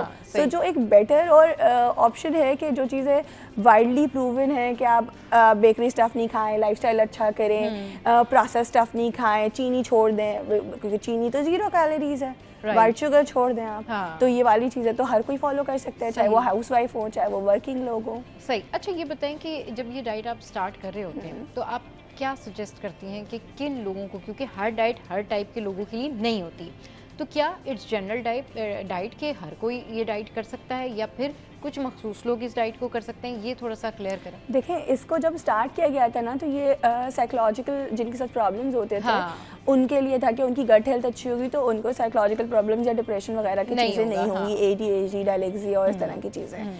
सो स्टार्ट उन लोगों के लिए होता है। एंड इफ़ यू थिंक कि आपको अपना मेंटल प्रेजेंस चाहिए, आपको अपना डिप्रेशन कम करना है और इस तरह की तमाम चीज़ें हैं, then you should opt for this diet, लेकिन under the supervision of someone, यानी कि कोई भी कर सकता है लेकिन वो सुपरवाइज्ड हो, ऑर्गेनाइज्ड हो, कि कोई आपको रोजाना बता रहा हो या वीकली आपको बता रहा हो कि भाई अब आप इस तरीके से ये खाने आपके पास इस डाइट में, क्योंकि ऑप्शन रिस्ट्रिक्ट हो गए ना। अब रोटी नहीं खानी, चावल भी नहीं खाना, मतलब कुछ डाइट्स हम जैसे करते हैं कि राइस कम कर देते, राइस बिल्कुल छोड़ देते हैं और फिर थोड़ी थोड़ी रोटी खाते हैं दिस साइज की, CD साइज की। लेकिन अब इसमें आपने ना चावल खाने हैं, ना रोटी खानी है, ना बेसन खाना है, हर कोई ग्रेन ही नहीं खाना। तो फिर कहाँ जाएंगे आप? फिर आपको ऑप्शंस लाने पड़ेंगे जो कि आपको रजिस्टर्ड या ट्रेंड लोग दे सकते हैं, ताकि आपके पास हेल्दी डाइट हो, ताकि आप हेल्थ की तरफ जाएं। बनिस्बत के सब छोड़ देंगे तो और डबल डिप्रेशन हो जाएगा अगर ये सुपरवाइज ना हुआ। अच्छा ये बताएं कि अब जिस तरीके से ये डाइट है, तो इस डाइट के हवाले से ना मैंने ये बहुत ज़्यादा सुना है कि अगर आप बहुत ज़्यादा हैवी एक्सरसाइज नहीं करते हैं, मतलब जो लोग अपना वेट लॉस करने के लिए जिम जाते हैं, बहुत ज़्यादा हैवी एक्सरसाइज करते हैं, वर्कआउट करते हैं, तो अब उन लोगों के लिए ये डाइट इस तरह से है कि अगर वो हल्की फुल्की एक्सरसाइज कर लेते हैं, कार्डियो कर लेते हैं या नॉर्मल भी जिमिंग कर लेते हैं, तो ये डाइट सपोर्ट करती है और उनको बहुत ज़्यादा वर्कआउट करने की ज़रूरत नहीं है। नहीं, ये हाँ आप बिल्कुल सही कह रही हैं। इज इट ट्रू और नॉट? आप बिल्कुल सही कह रही हैं, क्योंकि ना इसमें आपकी रिस्ट्रिक्टेड ऑप्शंस हो गए, हेल्दी ऑप्शंस हो गए। जब आप हेल्दी ईटिंग पे चले जाते हैं और उसका आप थोड़ा सा फिजिकल एक्टिविटी देते हैं तो the combination do wonders for you. तो फिर आपको एक्सेसिव करना ही नहीं पड़ता, क्योंकि आपकी डाइट भी हेल्दी है और आप थोड़ा सा वर्कआउट करें। हमें एक बैलेंस चीज़ ही चाहिए होती है, क्योंकि आपका इनटेक इधर कैलकुलेटेड है। राइट। अच्छा, मुझे जो अबीरा की बात है ना, उससे मुझे ये समझ में आ रहा है, जो बिल्कुल आसान अल्फाज में आम लोगों के लिए, कि ये जो डाइट है ना, इसमें खाना आपको हेल्दी है लेकिन वो थोड़ा सा आपके टेस्ट के अकॉर्डिंगली नहीं होगा, वो थोड़ा सा आपने बर्दाश्त करना है। लेकिन जो आप लोग मेहनत करते हैं, जिम जाते हैं, पूरा दिन भूखा रहना, ये सारा कुछ करना, उससे आपका जो है वो फ्री हो जाएंगे। आप कम एक्सरसाइज करके भी इस डाइट का कॉम्बो बना के एक बहुत ज़बरदस्त अपना लाइफस्टाइल जो है वो क्रिएट कर सकते हैं। लेकिन यहाँ पर जो कॉम्प्रोमाइज़ करना है ना, वो सिर्फ और सिर्फ आपका जो टेस्ट बर्ड है ना, उसका कॉम्प्रोमाइज़ है कि वो आपने मसाले वाले सिंपल चीज़ें जो है वो नहीं खानी है। बाकी अगर आप ये डाइट फॉलो करते हैं तो इस डाइट में कहीं भी ऐसा नहीं है कि आपको बहुत ज़्यादा भूखा रहना पड़ रहा है या आपको कुछ खाना नहीं पड़ रहा।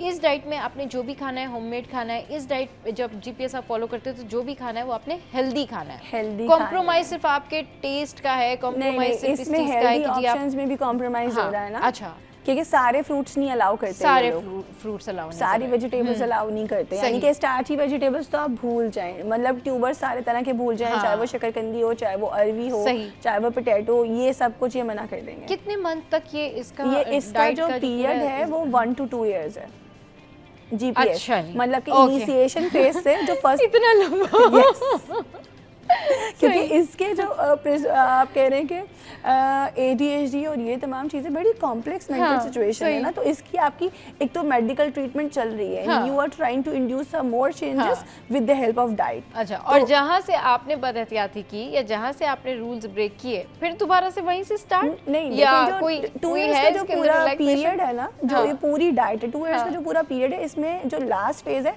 वो आपको अपनी पुरानी वाली रूटीन पे वापस लाता है। उसमें रिस्ट्रिक्शंस नहीं होंगी, यानी कि you can eat potato as well, लेकिन प्रोसेस फूड खाना वो हर डाइट मना करती है। वो हेल्दी लाइफस्टाइल का आपका कहना चाहिए वो बुनियादी जुज़्व है। सही, वरना यूजुअली सारे लोग वो वाली डाइट ढूंढ रहे होते हैं या वो डाइट प्लान्स ढूंढ रहे होते हैं जिसके अंदर जो है थोड़ा सा चिकन और थोड़ा सा मसालेदार चीज़ें और इस तरह की कढ़ाई चढ़ाई जो है, आप गोश्त मछली सब खा सकते हैं, गोश्त मछली लैम मुर्गी हर तरह का प्रोटीन खा सकते हैं। तो this is like more similar to keto, लेकिन कीटो से थोड़ा डिफरेंट है। इसमें आपको ऑयल मना हो जाता है, मतलब जो प्लांट बेस्ड ऑयल है वो नहीं खा सकते। You can take butter, you can take घी।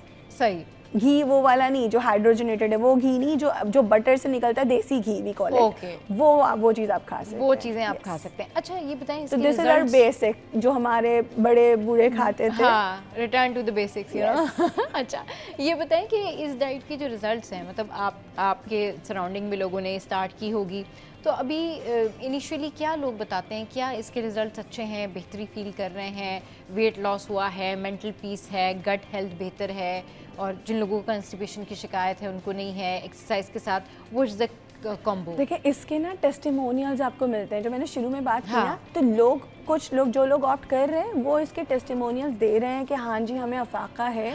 लेकिन अब उनका मसला ये है कि ना उनके साथ उनकी और भी ट्रीटमेंट चल रही हैं, और भी चीज़ें हैं स्ट्रिक्टली। इसकी आपको साइंटिफिक स्टडीज़ नहीं मिलती जिसमें मास पॉपुलेशन इंक्लूड हो, लाइक कुछ स्टडीज़ मिलेंगी उसमें लाइक 50 लोगों का सैंपल साइज है, तो आप इतनी बड़ी पॉपुलेशन में आप 50 लोगों का सैंपल साइज बहुत छोटा है, तो इसमें आपको साइंटिफिक प्रूफ्स इतने नहीं मिलते। लेकिन हाँ, लोगों के आपको अगर ऑनलाइन अगर आप भी सर्च करेंगे तो टेस्टिमोनियल्स मिल जाएंगे जी, मुझे अफाका हुआ है, मेरे डिप्रेशन कम हुआ है, आई कैन स्लीप बेटर, इस तरह की चीज़ें। तो इस डाइट को जिस तरह से मैं देखती हूँ वो ये है कि ओवरऑल जब हम अपनी लाइफस्टाइल में चेंजेस लाते हैं ना, तो ये चीज़ तो होनी ही है ना कि हम सुकून से सोएंगे जब घर पे मेहनत करके खाना बनाएंगे। बिल्कुल, हाँ ये तो है, बिल्कुल। क्या बात की है अबीरा ने कि भाई जब खुद मेहनत करेंगे, खुद खाना पकाएंगे, तो फिर तो सुकून से सोएंगे, क्योंकि ये जो इसमें शर्त है ना होममेड, ये एक्चुअल में एसेंस है इस डाइट का, ये वो की फैक्टर है जो कि वाकई आपको हेल्दी रखेगा, क्योंकि जब